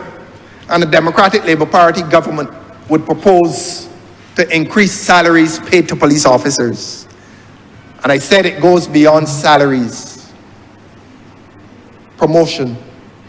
Promotion within the Barbados Police Service is subject to personal favor, an inheritance of a colonial regime. If a fellow likes you, he promotes you, and if he doesn't like you, in spite of merit, you're not promoted. Promotion ought to be guaranteed, as the Public Service Act seeks to guarantee promotion. The police officers in this country must be under a new system, under a Republican Constitution, as opposed to the values of a Westminster Constitution. Must be guaranteed, or must enjoy prospects, favorable prospects for promotion. And a Democratic Labour Party government would attend urgently to the question of the terms and conditions of service of our police officers, certainly in terms of salary, certainly in terms of the rights and prospects for reasonable promotional ambitions. A new Republican Constitution would be attended to, since the learned Attorney General has told us that he cannot put a date on a new Republican Constitution. Certainly, he is not even putting it within the view, the periscopic view of this government. And not only would the Democratic Labour Party attend to a new Republican Constitution, but a Democratic Labour Party government would attend to a new Republican Constitution embracing local government. The time has come to broaden down representative powers genuinely to the people. And the people for too long have been at the mercy of executive government. Too long. And permit me to say this, sir. When I was chairman of that Commission on Local Governance, as opposed to government, we held some very successful town hall meetings, and many Barbadians held one in St. Lucie as well at the Darrell Jordan School. Excellent meeting. Perhaps the best was in West Terrace, at the West Terrace School, and retired civil servants came out and offered their service as potential members within a local government. And the time has come, as I said, to broaden down those powers to citizens within their local communities to deal with matters of utilities. Finishing now. Deal with matters of utilities, matters that really operate at community level. But a new constitution must and would take seriously the issue of local government. We articulated matters of reform for the health system yesterday, and I would not repeat those, but for the sake of the legal system, I have worked in the legal system. I'm in my 41st year in the legal system, and I am well familiar with how the legal system works and what are the impediments against the proper working of the legal system. Therefore, a new Democratic Labour Party government would consider a public defender's office. It is not the reinvention of the wheel. A public defender's office would be an office of government established incorporating lawyers at the private bar and persons who are charged with criminal offenses would be guaranteed representation within that public defender's office. Right now we have the problem of the accused coming to the court and saying my lawyer is in another court. Or sometimes the lawyer comes and says, well, on this day I can't do the case because I'm elsewhere. And there's a lot of backlog, there's a lot of delay within the system because individual lawyers, it is impossible to be in two places at the same time. So that while you have a Department of Public Prosecutions, I think they probably have about 13 lawyers now, the Director of Public Prosecutions Office prosecutes, a public defender's office would defend. And that office would be populated by persons who work in private practice. There are persons in private practice now who do a lot of cases on a legal aid basis, through the system of legal aid. In other words, the government pays them. But that has not solved the problem. There needs to be a more formal structure in which a public defender's office is made available to the criminal courts so that the delays within the system can be attended to. A new Democratic Labour Party government would attend to that. Certainly in terms of tourism, we note that a lot of concessions are generously given within the tourism sector. And you know, we stereotype establishments according to their social prestige.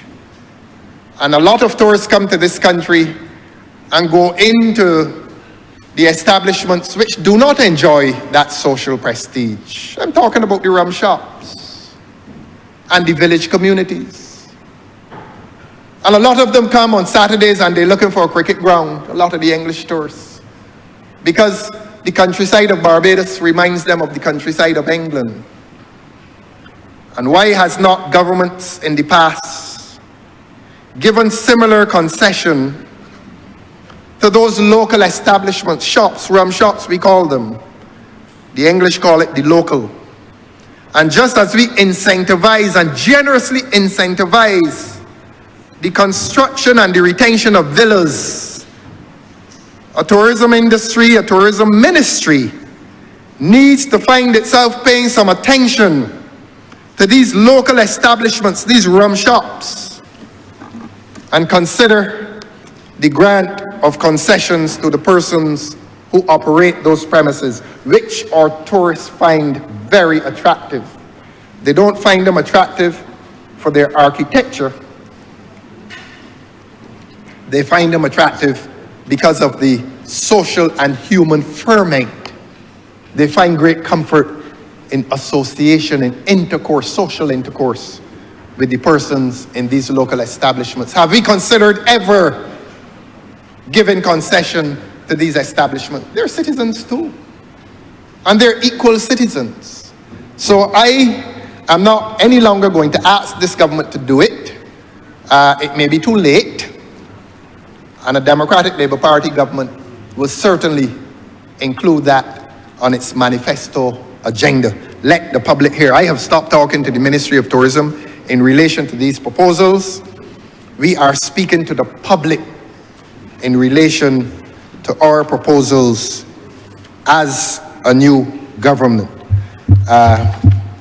There are greater details. There are other proposals. But those are the proposals that we are prepared to present today for an inquiring public, for a public that is entitled to inquire. And we believe and hope that we have met the interest and the demand of the public to say how we would be a government that is different.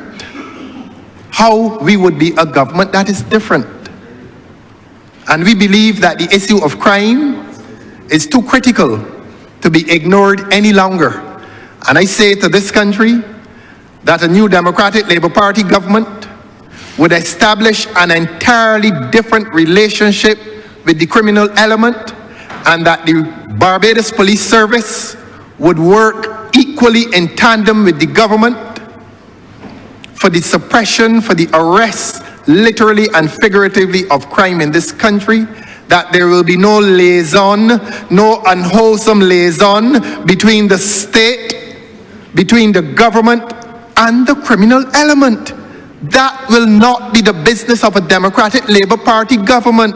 Let the public understand that the lines of demarcation between the criminal element and the Democratic Labour Party government will never become blurred, and that our partner in the fight against crime will be the Barbados Police Service as a domestic body, and to a lesser extent, and when so needed, the Barbados Defence Force. Let that be the appeal that we make to this public. And let this public understand that we intend to present an extremely creative manifesto for consideration by the public of this country, by the voting public of this country. And when I say the voting public of this country, I'm not talking about imported labor from the East. I am talking about those persons who qualify under the Constitution and under the statute law to exercise their right to vote. No one will come through the back door posing as a laborer while intending to exercise that franchise called the vote. Your Honor, you have been extremely kind and gracious in the conduct as Speaker of this Assembly, presiding over this body. I give assurance again to the people of this country that I honor and respect my duty as leader of the opposition. I respect the standards of this Parliament. I do not consider this Parliament a place for debate other than debate that is constructive and objective, that my commentary is objective political commentary, that my commentary is never constituted of the kind that can be described as comprising personal attacks on anyone. This is too great an honor to waste on personal assault. This is not the place. This is not the place. Your Honor, I respect this place too highly to sacrifice my duty to anything other than the highest of standards. I want to thank you very much for the time that you've given me. I'm obliged to you, sir. Honourable Member for St. Peter.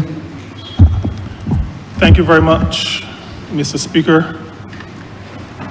We have been treated to theater of the worst kind, and I was tempted to call the teacher I had at secondary school, because while he prepared me for literature and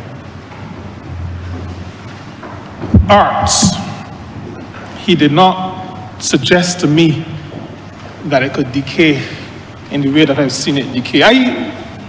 As I listened, the passage came to me: why do the heathen rage and the people imagine a vain thing? It's a verse from Psalm chapter 2. Why do the heathen rage and the people imagine a vain thing? But you know, Mr. Speaker, the Honourable Member for Christchurch South, as he began, said, when we can't understand what is happening, we create a myth, a false belief, a false idea. When we do not understand what is happening, we create a myth. The Honourable Member for Christchurch South has spent about 9 hours attempting to create for the people of this country a myth, almost like a spider's web, and then try to attach all kinds of dirt to it. My experience has been that dirt of the volume that was demonstrated doesn't really, a spider's web can't support it. And so there's an inherent challenge with trying to do what the Honourable Member for Christchurch South was trying to do over the last many hours. But you know, the people of Barbados, one or two people have commented that they were forced to listen to a presentation that spoke a lot about Errol Wharton Barrow, the late Right Excellent Errol Wharton Barrow. And they were forced to do it watching two letters on the screen, KC. And somebody said, but wasn't it the Right Excellent Errol Barrow who said he wouldn't be caught loitering on the steps of the Colonial Office past closing time? There is an inherent contradiction, Mr. Speaker, an inherent contradiction in a presentation that speaks to liberation from colonial ties, but holds so tightly to what is supposed to be counsel to the king. But I don't know if the Honourable Member is the leader of His Majesty's loyal opposition. But Mr. Speaker, just alert those who indicated that they're confused by the KC that Barbados is no republic, has been for a few years, and those who are the inheritors of the Right Excellent National Hero are proud to use senior counsel. But I will say to you, Mr. Speaker, that after 9 hours, probably 10 hours, of not connecting substantially with the, I want to say substantially, because there was some gnawing at the edges, some gnawing at the edges of the budget presentation. Mr. Speaker, I am not using the word rat, and the same way that you were protecting the leader of the opposition, want to protect me. I am not using the word rat. There was some gnawing at the edges. But to spend so much time and not connect with the substance of the budgetary presentation, not connect with the philosophy underlying the budgetary presentation, to use the opportunity, well, to attempt to use the opportunity to do something that one far greater did in the past. I remember as a youngster, not yet able to vote, listening to a response from the late Richard Haynes, Dr. Richard Haynes, who connected with a budget and who also was able to make some presentations on his party's behalf.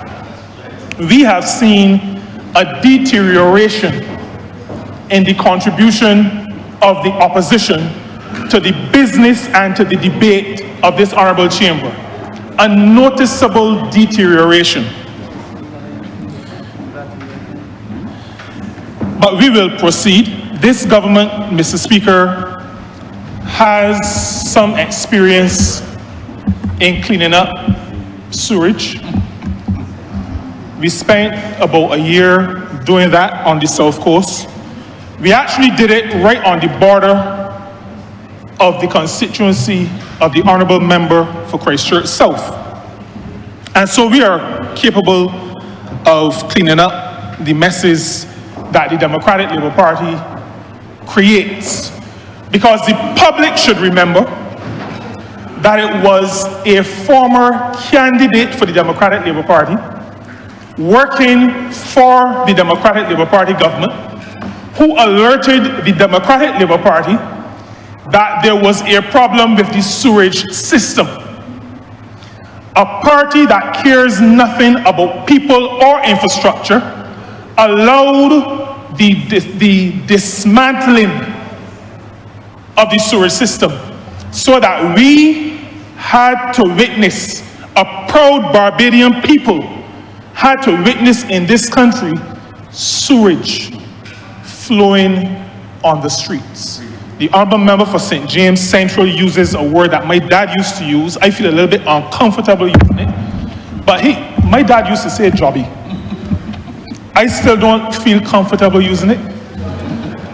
But let me just say sewage on the streets of this country, next door to the constituency of the Honourable Member for Christchurch South. In those days, Mr. Speaker, in those days, that Honourable Member, the leader of the opposition, disliked that, lambasted the Democratic Labour Party for allowing sewage to be flowing on the streets in his more enlightened days. In his more enlightened days. You know, people are asking you things all through these debates. And there are those who are wondering about this newfound attraction to stability. And they are reflecting on the fact that was this the same person, organization, now talking about the Right Excellent Era Wharton Barrow, who, when some people try to honor him, and we're not getting into how they did it and the process, you know, the people in the Democratic Labour Party who try to honor Era Wharton Barrow are now ex-members, kicked out. They try to honor the national hero, the one that a former Prime Minister of this Barbados Labour Party erected a statue for. The people in that party who try to honor the good gentleman, they have kicked out of the party. They didn't even put them in purgatory, they sent them straight to hell. This newfound attraction to stability, kicking people out of a party, changing locks on doors at a party headquarters, this newfound love for stability, stopping people, and this is the one that really hurts me the most. When, I don't even know how to say this, Mr. Speaker, how do you stop people from attending a religious service? How do you close doors? How do you shut gates? How do you put police officers outside of a place of worship? How do you do that? What possesses you to keep people from singing the songs of Zion, the songs of Moses and the Lamb? Police officers. And then you have the gall to come into this place and talk about stability and tyranny. Tyranny? With police stopping you from going in church. Because once the place is consecrated, it becomes church. The church is not the structure that was built only for that purpose. And anybody with a diploma in theology should have known that.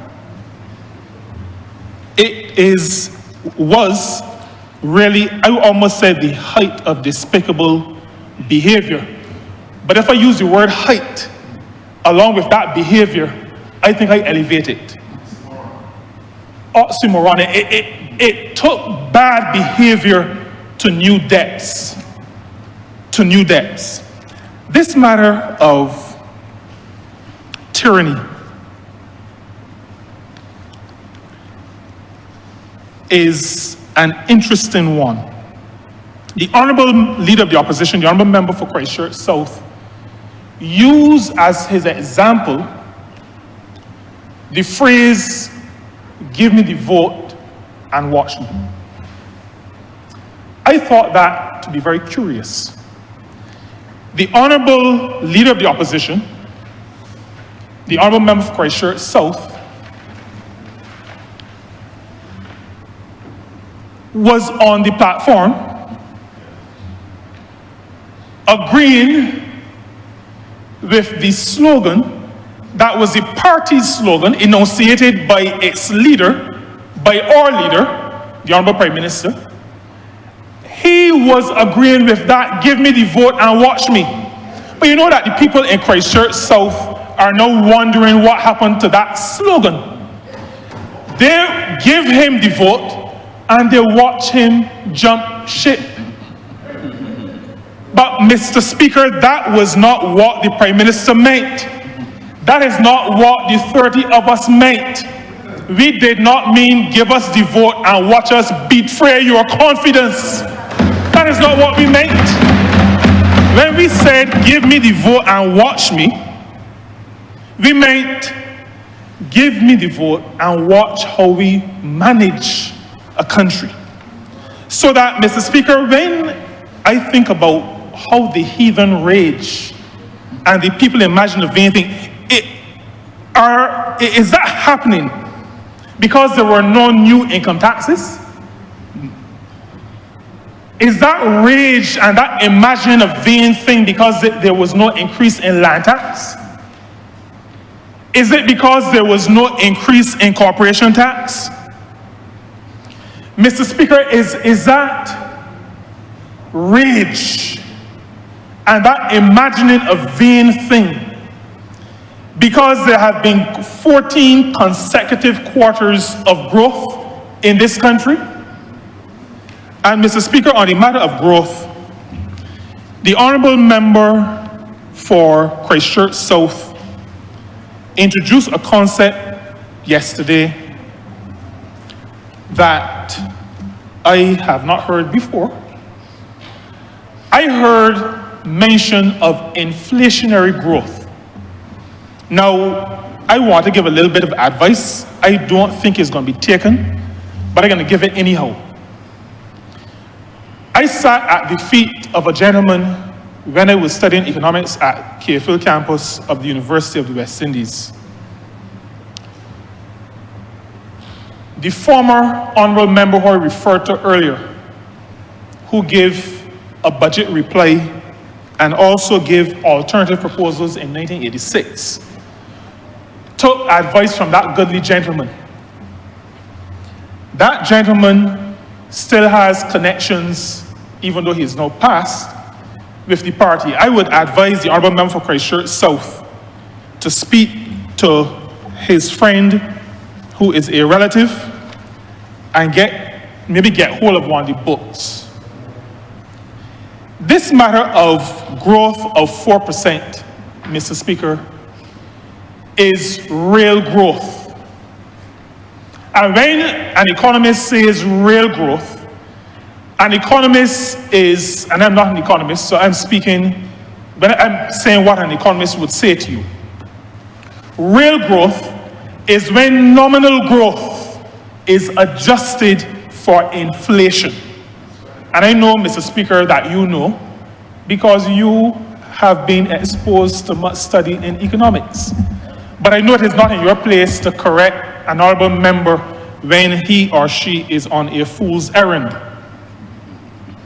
So that when the Central Bank of Barbados, a respected institution in this country, says that growth, real growth is 4%, then we understand that real growth has already taken into account this matter of inflation. And so attempting to say to the people of this country, because he does not fool anybody in this chamber, but attempting to mislead the people of this country not to accept the information given by the Central Bank of Barbados is not a nice thing to do. It is uncharitable, it is misleading, attempting to mislead the people of this country. I say to the people of Barbados, be careful with people who trifle with the truth in an attempt to get your vote or to get your support. This is not the place where you twist facts. You know, that same honourable member,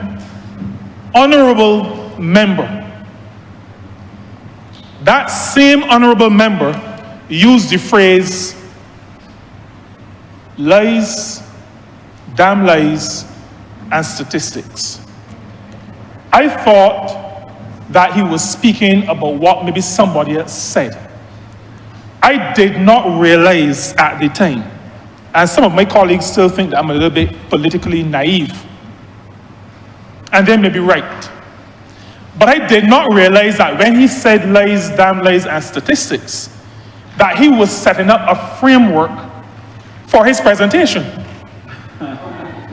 I did not realize that, Mr. Speaker, and I plead naivety in this place when it comes to political matters. But why do the heathen rage and the people imagine a vain thing?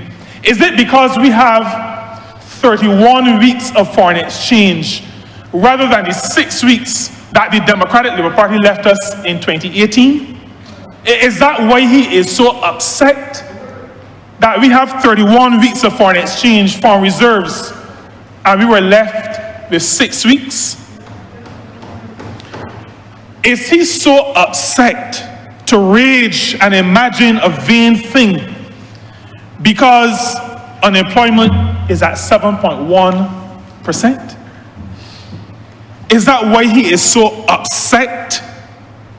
Is it because the honourable member for Christchurch East Central spoke to 6 hotel sites under construction at this time? Mr. Speaker, when the Honourable Prime Minister said, "Give me the vote and watch me," this is what she was talking about. This is what she was talking about. Economic activity, foreign reserves growing, economic growth, real economic growth, unemployment falling. Give me the vote and watch me. This is what we were talking about. Mr. Speaker, why do the heathen rage and the people imagine a vain thing? Is it because we have had the audacity to buy buses and to buy garbage trucks? Is it because we got rid of the sewage flowing on the streets? Is this what makes him and them, the honourable member and them, so angry? Is it because we're repairing roads that the Democratic Labour Party neglected for 10 long years? 10 long, hard, painful years? Is this why they are raging? Is it because, Mr. Speaker, we established for the first time in Barbados' history a national minimum wage?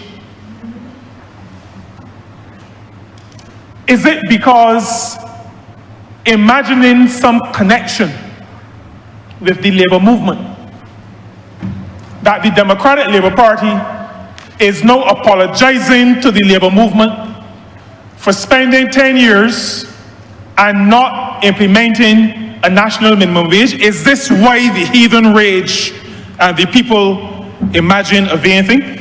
Could it be, Mr. Speaker, could it possibly be that we had the gumption to restart the payment of tuition fees for the young people of this country?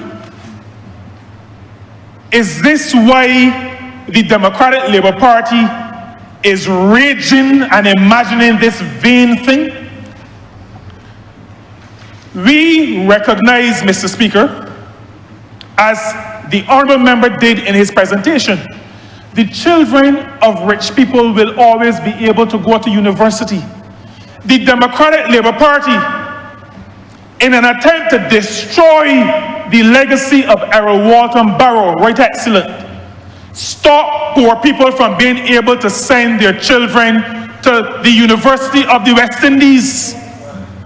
I had constituents, and I remember one lady almost crying in Boscobel, telling me that she made a decision that she would drop out so she could pull together whatever money she had to allow her daughter to remain in university because of the Democratic Labour Party.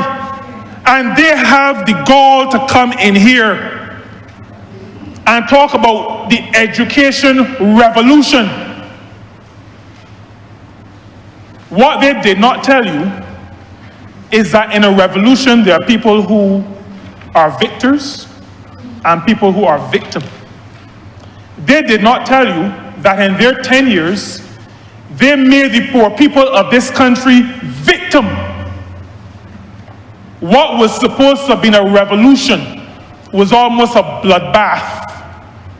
The young people of this country, born no fault of theirs, but in humble circumstances, had to drop out of university in this country because of the Democratic Labour Party.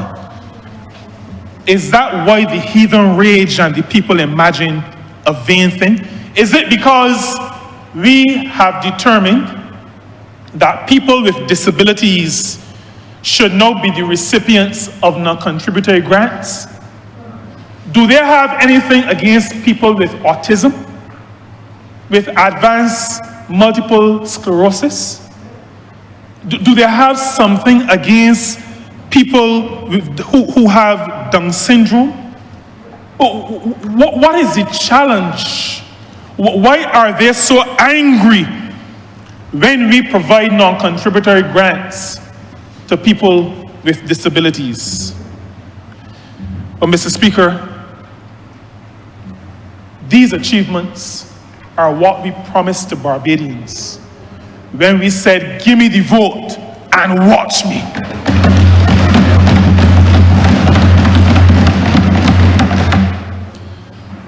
Mr. Speaker, I am still not sure why the heathen rage and the people imagine a vain thing.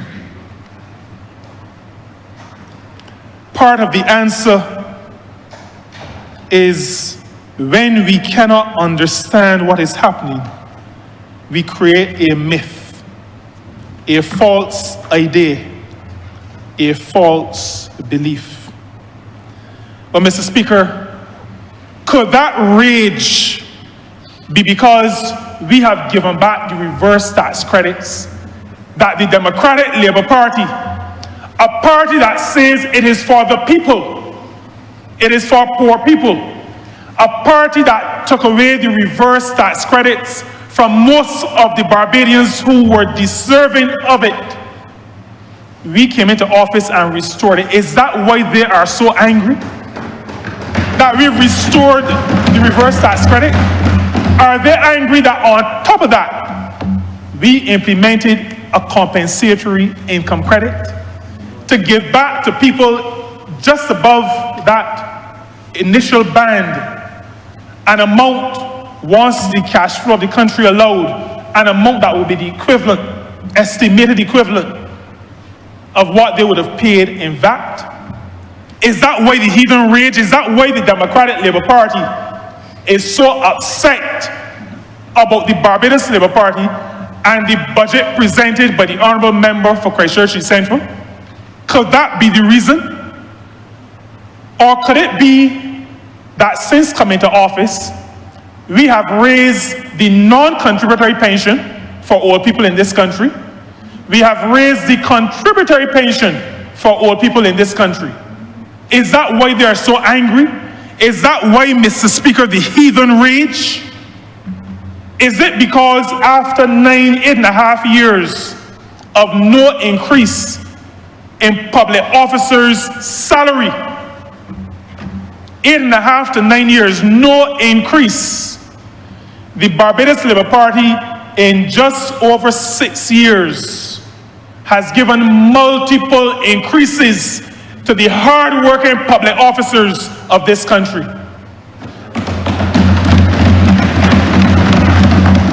Is that why the heathen rage and the people imagine a vain thing? Or is it, Mr. Speaker, because we stopped the practice of what is called adversarial financing? You know that the Democratic Labour Party used to go, and I'm going to use some village language. They used to go to businesses in Barbados and trust things and refuse to pay. That is called adversarial financing. It is like standing up in the dark, someplace in Bridgetown on a side street, and taking up somebody and tell them, hand over what you got, and go along with it. It is criminal, Mr. Speaker. But that is what the Democratic Labour Party did. And we came into office and we determined that that is not good governance. We said, give me the vote and watch me. And rather than what the Honourable Member refers to as tyranny, we said, we are going to loose the shackles. We are going to pay you what the locusts ate. The locusts called the Democratic Labour Party, marauding and destroying everything in Barbados. The Bible talks about restoring what the locusts destroyed. That is what the Barbados Labour Party did. The tyranny that the Honourable Member speaks about, a myth. But Mr. Speaker, when somebody tells you what they are all about, you should believe them. He started by saying, when we cannot understand what is happening, we create a myth, a false idea, a false belief. We should have accepted that the Honourable Member was going to go down that road. Mr. Speaker, why does the Honourable Member rage? Why does he imagine a vain thing? Is it because the debt to GDP ratio is falling? Is it because the debt to GDP ratio is falling? Mr. Speaker, when we came to office, the debt to GDP ratio was 178.9%. 9%. Now, let me go back a little bit to show something. In 1994, that ratio was 66.6%. I am advised that at the end of 2007, it was at 75%. There was a governmental change in 1994. There was one in 2008. Right at the beginning of 2008. The move between 1994 and 2007 was from 66 to 75. Between 2008 and 2018, it goes from 75 to past 175. Past 175, 178.9. Mr. Speaker, it is now at 103. The debt to GDP ratio is at 103%, down from 100, almost 179. 101% and falling. The people of Barbados need to know that when this government and when the Honourable Member for St. Michael Northeast said to the people in 2018, give me the vote and watch me, what we intended to deliver and what we have delivered to this people is not tyranny, is a relief from the tyranny of the Democratic Labour Party. That is what we ask the people to give confidence in us to do. The honourable member for Christchurch South, you know, I said that the myth, I liken the myth to spider's web. And I said that what apparently was intended was to throw all the mud possible at this spider's web. But a spider's web is not able to hold a lot of mud. It will hold a little bit of dust. It can't hold mud. The honourable member for Christchurch South said in here last evening that the government of which I'm a part could be likened to bank robbers. Could be likened to bank robbers. And you know, Mr. Speaker, the reason why I feel a little bit annoyed is because when you use terms like that, people who may not have heard all of the discussion begin to get worried. And I've had a question already today from a constituent about the term bank robbers. I came to this honourable chamber with the understanding that it was a place where debate would be tough, robust, no quarter asked, no quarter given. I spent some time in my youthful days debating, facing the honourable member for St. James Central. So I had a little bit of an idea of what tough, robust debate was all about. But debate was always truthful, and the debate was always a debate where ideas contended. I did not intend to be part of a system where the contention was mud.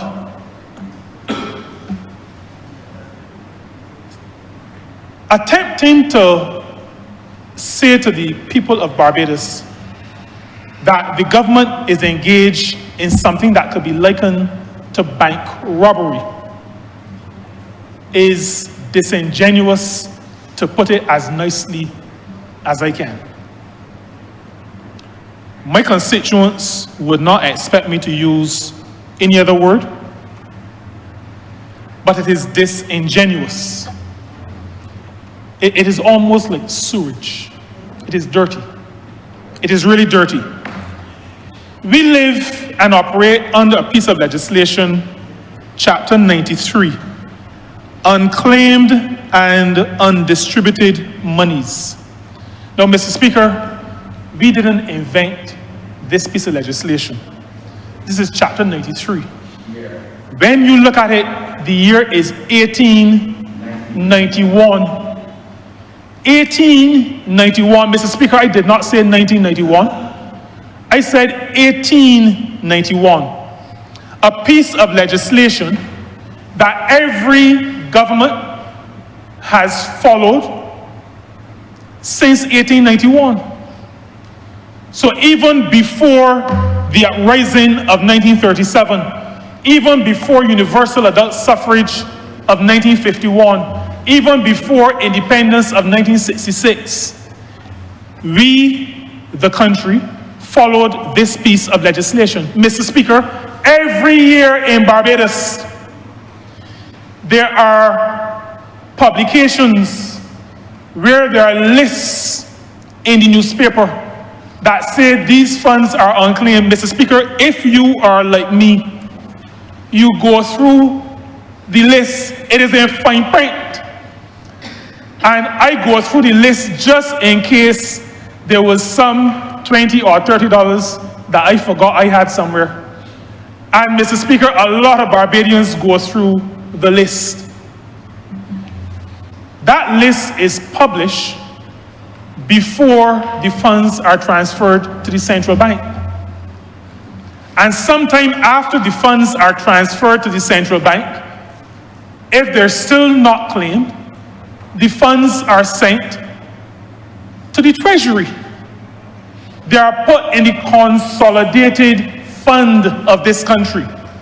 That makes those funds available for use. Now, Mr. Speaker, life is interesting.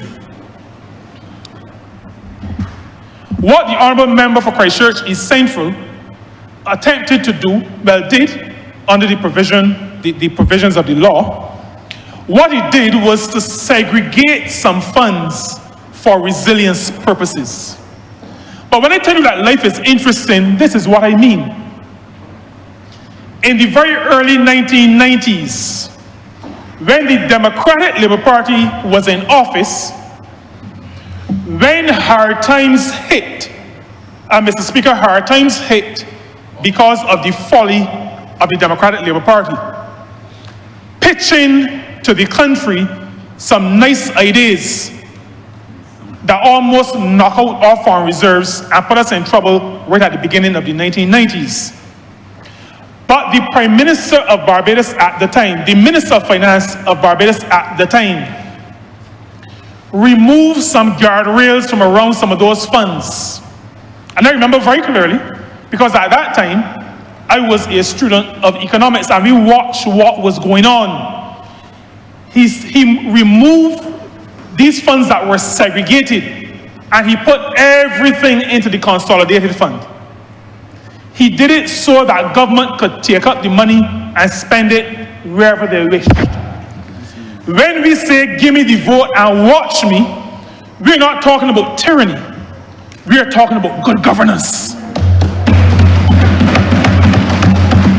And so what the Honourable Member for Christchurch East Central said to the country on Monday evening, and what we are saying as a government to the country now, is that we take resilience seriously. We take the building of capacity seriously. And what we intend to do is to ring fence some of those funds so that they can only be used for the purpose of building the resilience of the people of this country. That is what our people deserve. That is what we mean when we say, give me the vote and watch me. The tyranny of unshackling a people from the Democratic Labour Party. Mr. Speaker, I cannot, there are a whole number of things to say. I can't say all because I'm conscious of the time. But you know, this matter of truth and the misleading or the attempt to mislead the country is always a challenge for me. Those who know me know that I said I've come into this place only with my reputation, and I intend to leave with my reputation. I am a member of the Public Accounts Committee of this country. I have been a member of the Public Accounts Committee of this country since early June 2018. Mr. Speaker, I have missed very few meetings of the Public Accounts Committee. I say through you to the country that the members of the Public Accounts Committee from the Barbados Labour Party side, from the government side, have never stopped the Public Accounts Committee from meeting. We have turned up to every meeting of the Public Accounts Committee.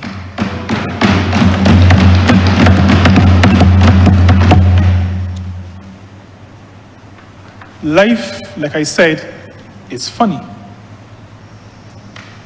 Because when the Honourable Member for St. Michael Northeast, the now Prime Minister, when she was chair of the Public Accounts Committee, The Democratic Labour Party members, Mr. Speaker, did not show up to meetings of the Public Accounts Committee. Did not show up. Did not show up. The Honourable Member for Christchurch South has the gall to come to this place, a place that we call an honourable chamber, and say to the people of this country that people like me, who show up whenever he calls meetings. As a matter of fact, there was a point in time, Mr. Speaker, where he was calling meetings almost every week. And we showed up, even though we are the government, and many of us are ministers with heavy responsibilities. We showed up. But I want to say to the people of Barbados that the Honourable Member for Christchurch South, the chair of the Public Accounts Committee, is like a spoilt child. He has not called any meetings recently because he is upset that he cannot have his way. And you know what the way is? There's an agenda for the Public Accounts Committee. Work is ongoing in the Public Accounts Committee.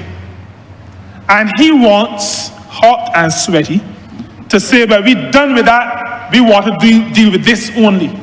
And we said simply to the chair, with all due respect, Mr. Chair,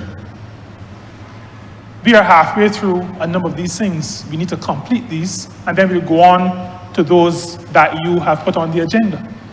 That is what the Public Accounts Committee is guilty of. We are guilty of wanting to complete the work that we have started. We are guilty of saying respectfully to the chair, let us complete our work. Let us move on to the next item on the agenda. That is how any responsible committee works. That is what we are guilty of. We have not and have never refused to attend meetings. This is not the Democratic Labour Party. We don't operate that way.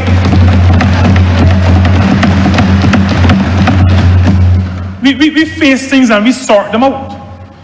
Do you know, Mr. Speaker, that there was an item on the agenda of Parliament to get rid of the Public Accounts Committee? Do you remember that? It wasn't the Barbados Labour Party, a party that the Honourable Member for Christchurch South has accused of tyranny. The Democratic Labour Party, because it could not, well, they refused to attend meetings, and then brought a motion to this House to repeal the Public Accounts Committee Act. They wanted to get rid of the Public Accounts Committee, refused to attend meetings, and then had the gall to come to this honourable chamber to get rid of an entity that is to act as checks and balances for the expenditure of public funds. They have the gall. Mr. Speaker, you know, when you sit for so long, sometimes you wonder if the blood is flowing.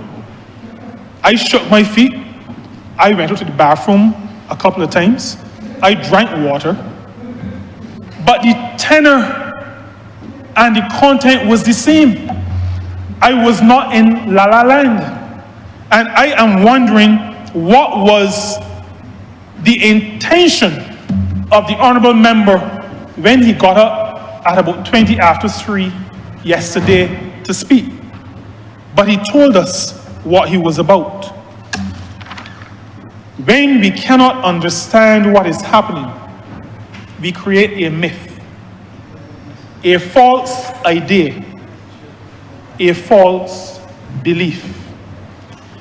Mr. Speaker, I knew that he could not understand what was happening when he talked about inflationary growth. But I didn't realize that he didn't understand what was happening on a whole lot of other things. Now, this honourable chamber was treated to a budget that I considered a human-centered presentation, a human-centered budget, a people-centered budget on Monday. I just want to mention a few things. A few things that the Honourable Member for Christchurch South refused to allow himself to connect with. Preferring rather to throw dirt, which is a real issue for me, and also throwing around a lot of myths that have been busted, including the myth of the Barbados Labour Party being somehow in cahoots with the business community. Let me say something to you, Mr. Speaker, and I say this parenthetically because I didn't really plan to speak to this. We came here with a Labour clauses concessions bill.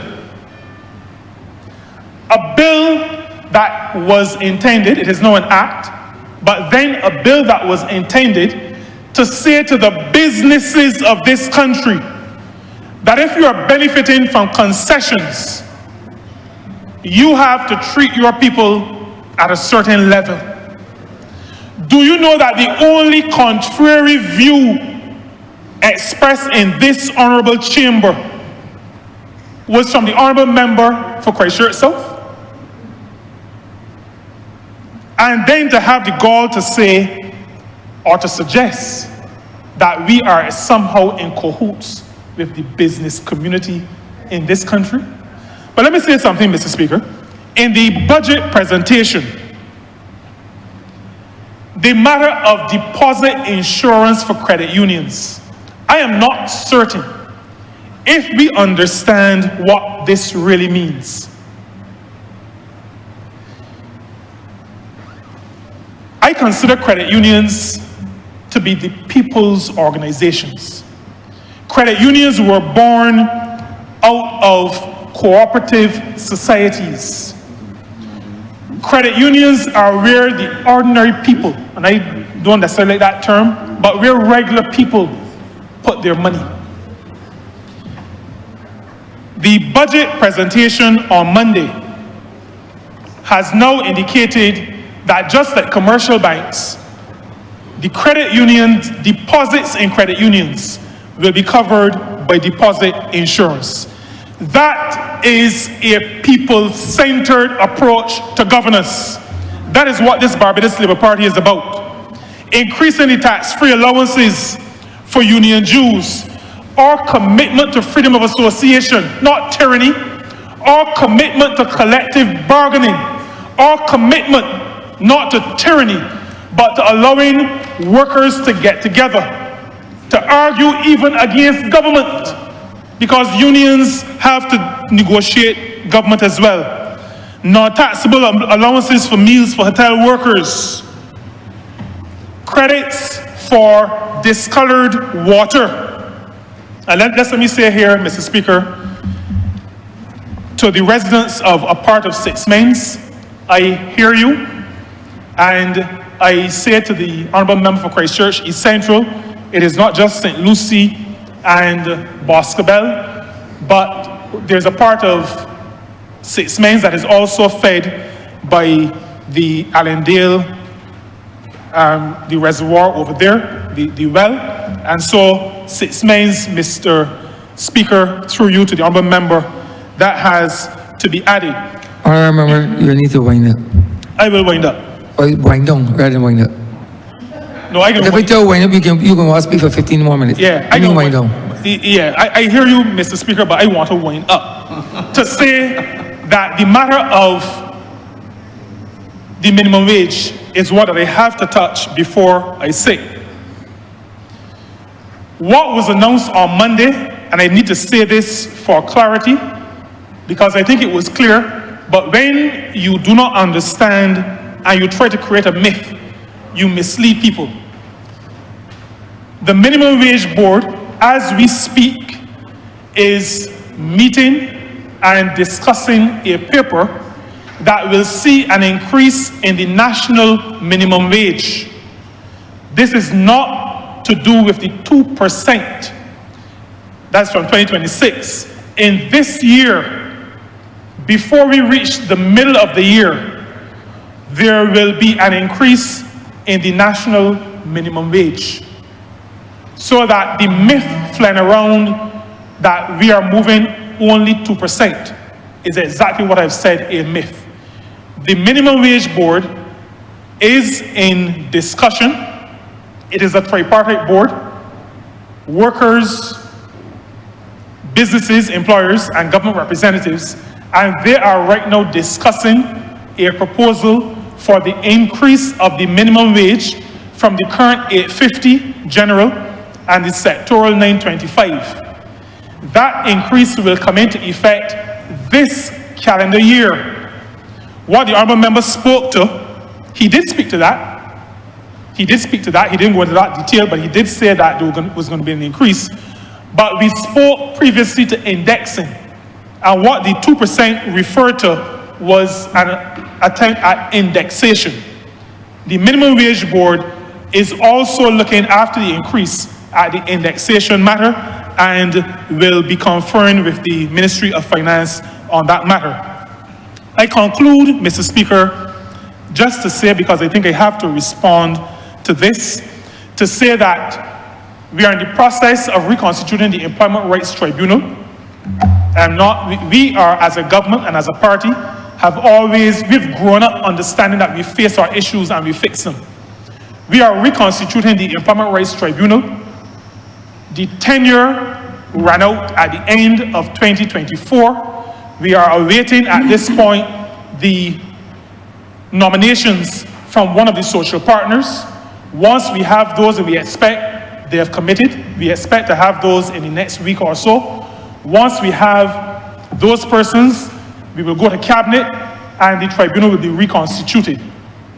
And so we'll be able to move forward. But I have to say that we have done a lot of work more, and I will come back to this honourable chamber with the actual numbers, a lot more in the years since we came into office than was done in the years before we came to office, since the tribunal was established. Mr. Speaker, I conclude by giving my 100% support to the budgetary presentation given by the Honourable Member for Christchurch East Central on behalf of a government that has said to this people, to Barbadians generally, give me the vote and watch me. We have seen on Monday a people-centered, human-centered budgetary presentation, one that connected with the people, one that empowers people, one that the people of this country are already recognizing, in spite of the mud, is one that has their interests at heart, one that seeks to empower them. The people of this country have sent a message to say that electioneering is fine, but you cannot do it on the back of lies, dirt, and innuendo. The people rejected it twice before. A few who have spoken to have said to me in their discussions with others that they're going to reject it again. Mr. Speaker, this Barbados Labour Party is the party of the people, of the broad masses of the people. This is the authentic Labour Party, not just in Barbados, but maybe across the Caribbean. We remain committed to the people of this country. We remain committed to the workers of this country. And we pledge that this and succeeding budgetary proposals will demonstrate our commitment to lifting our people and allowing them to realize the dreams that they have for themselves and for their dependents. I'm obliged to you, Mr. Speaker.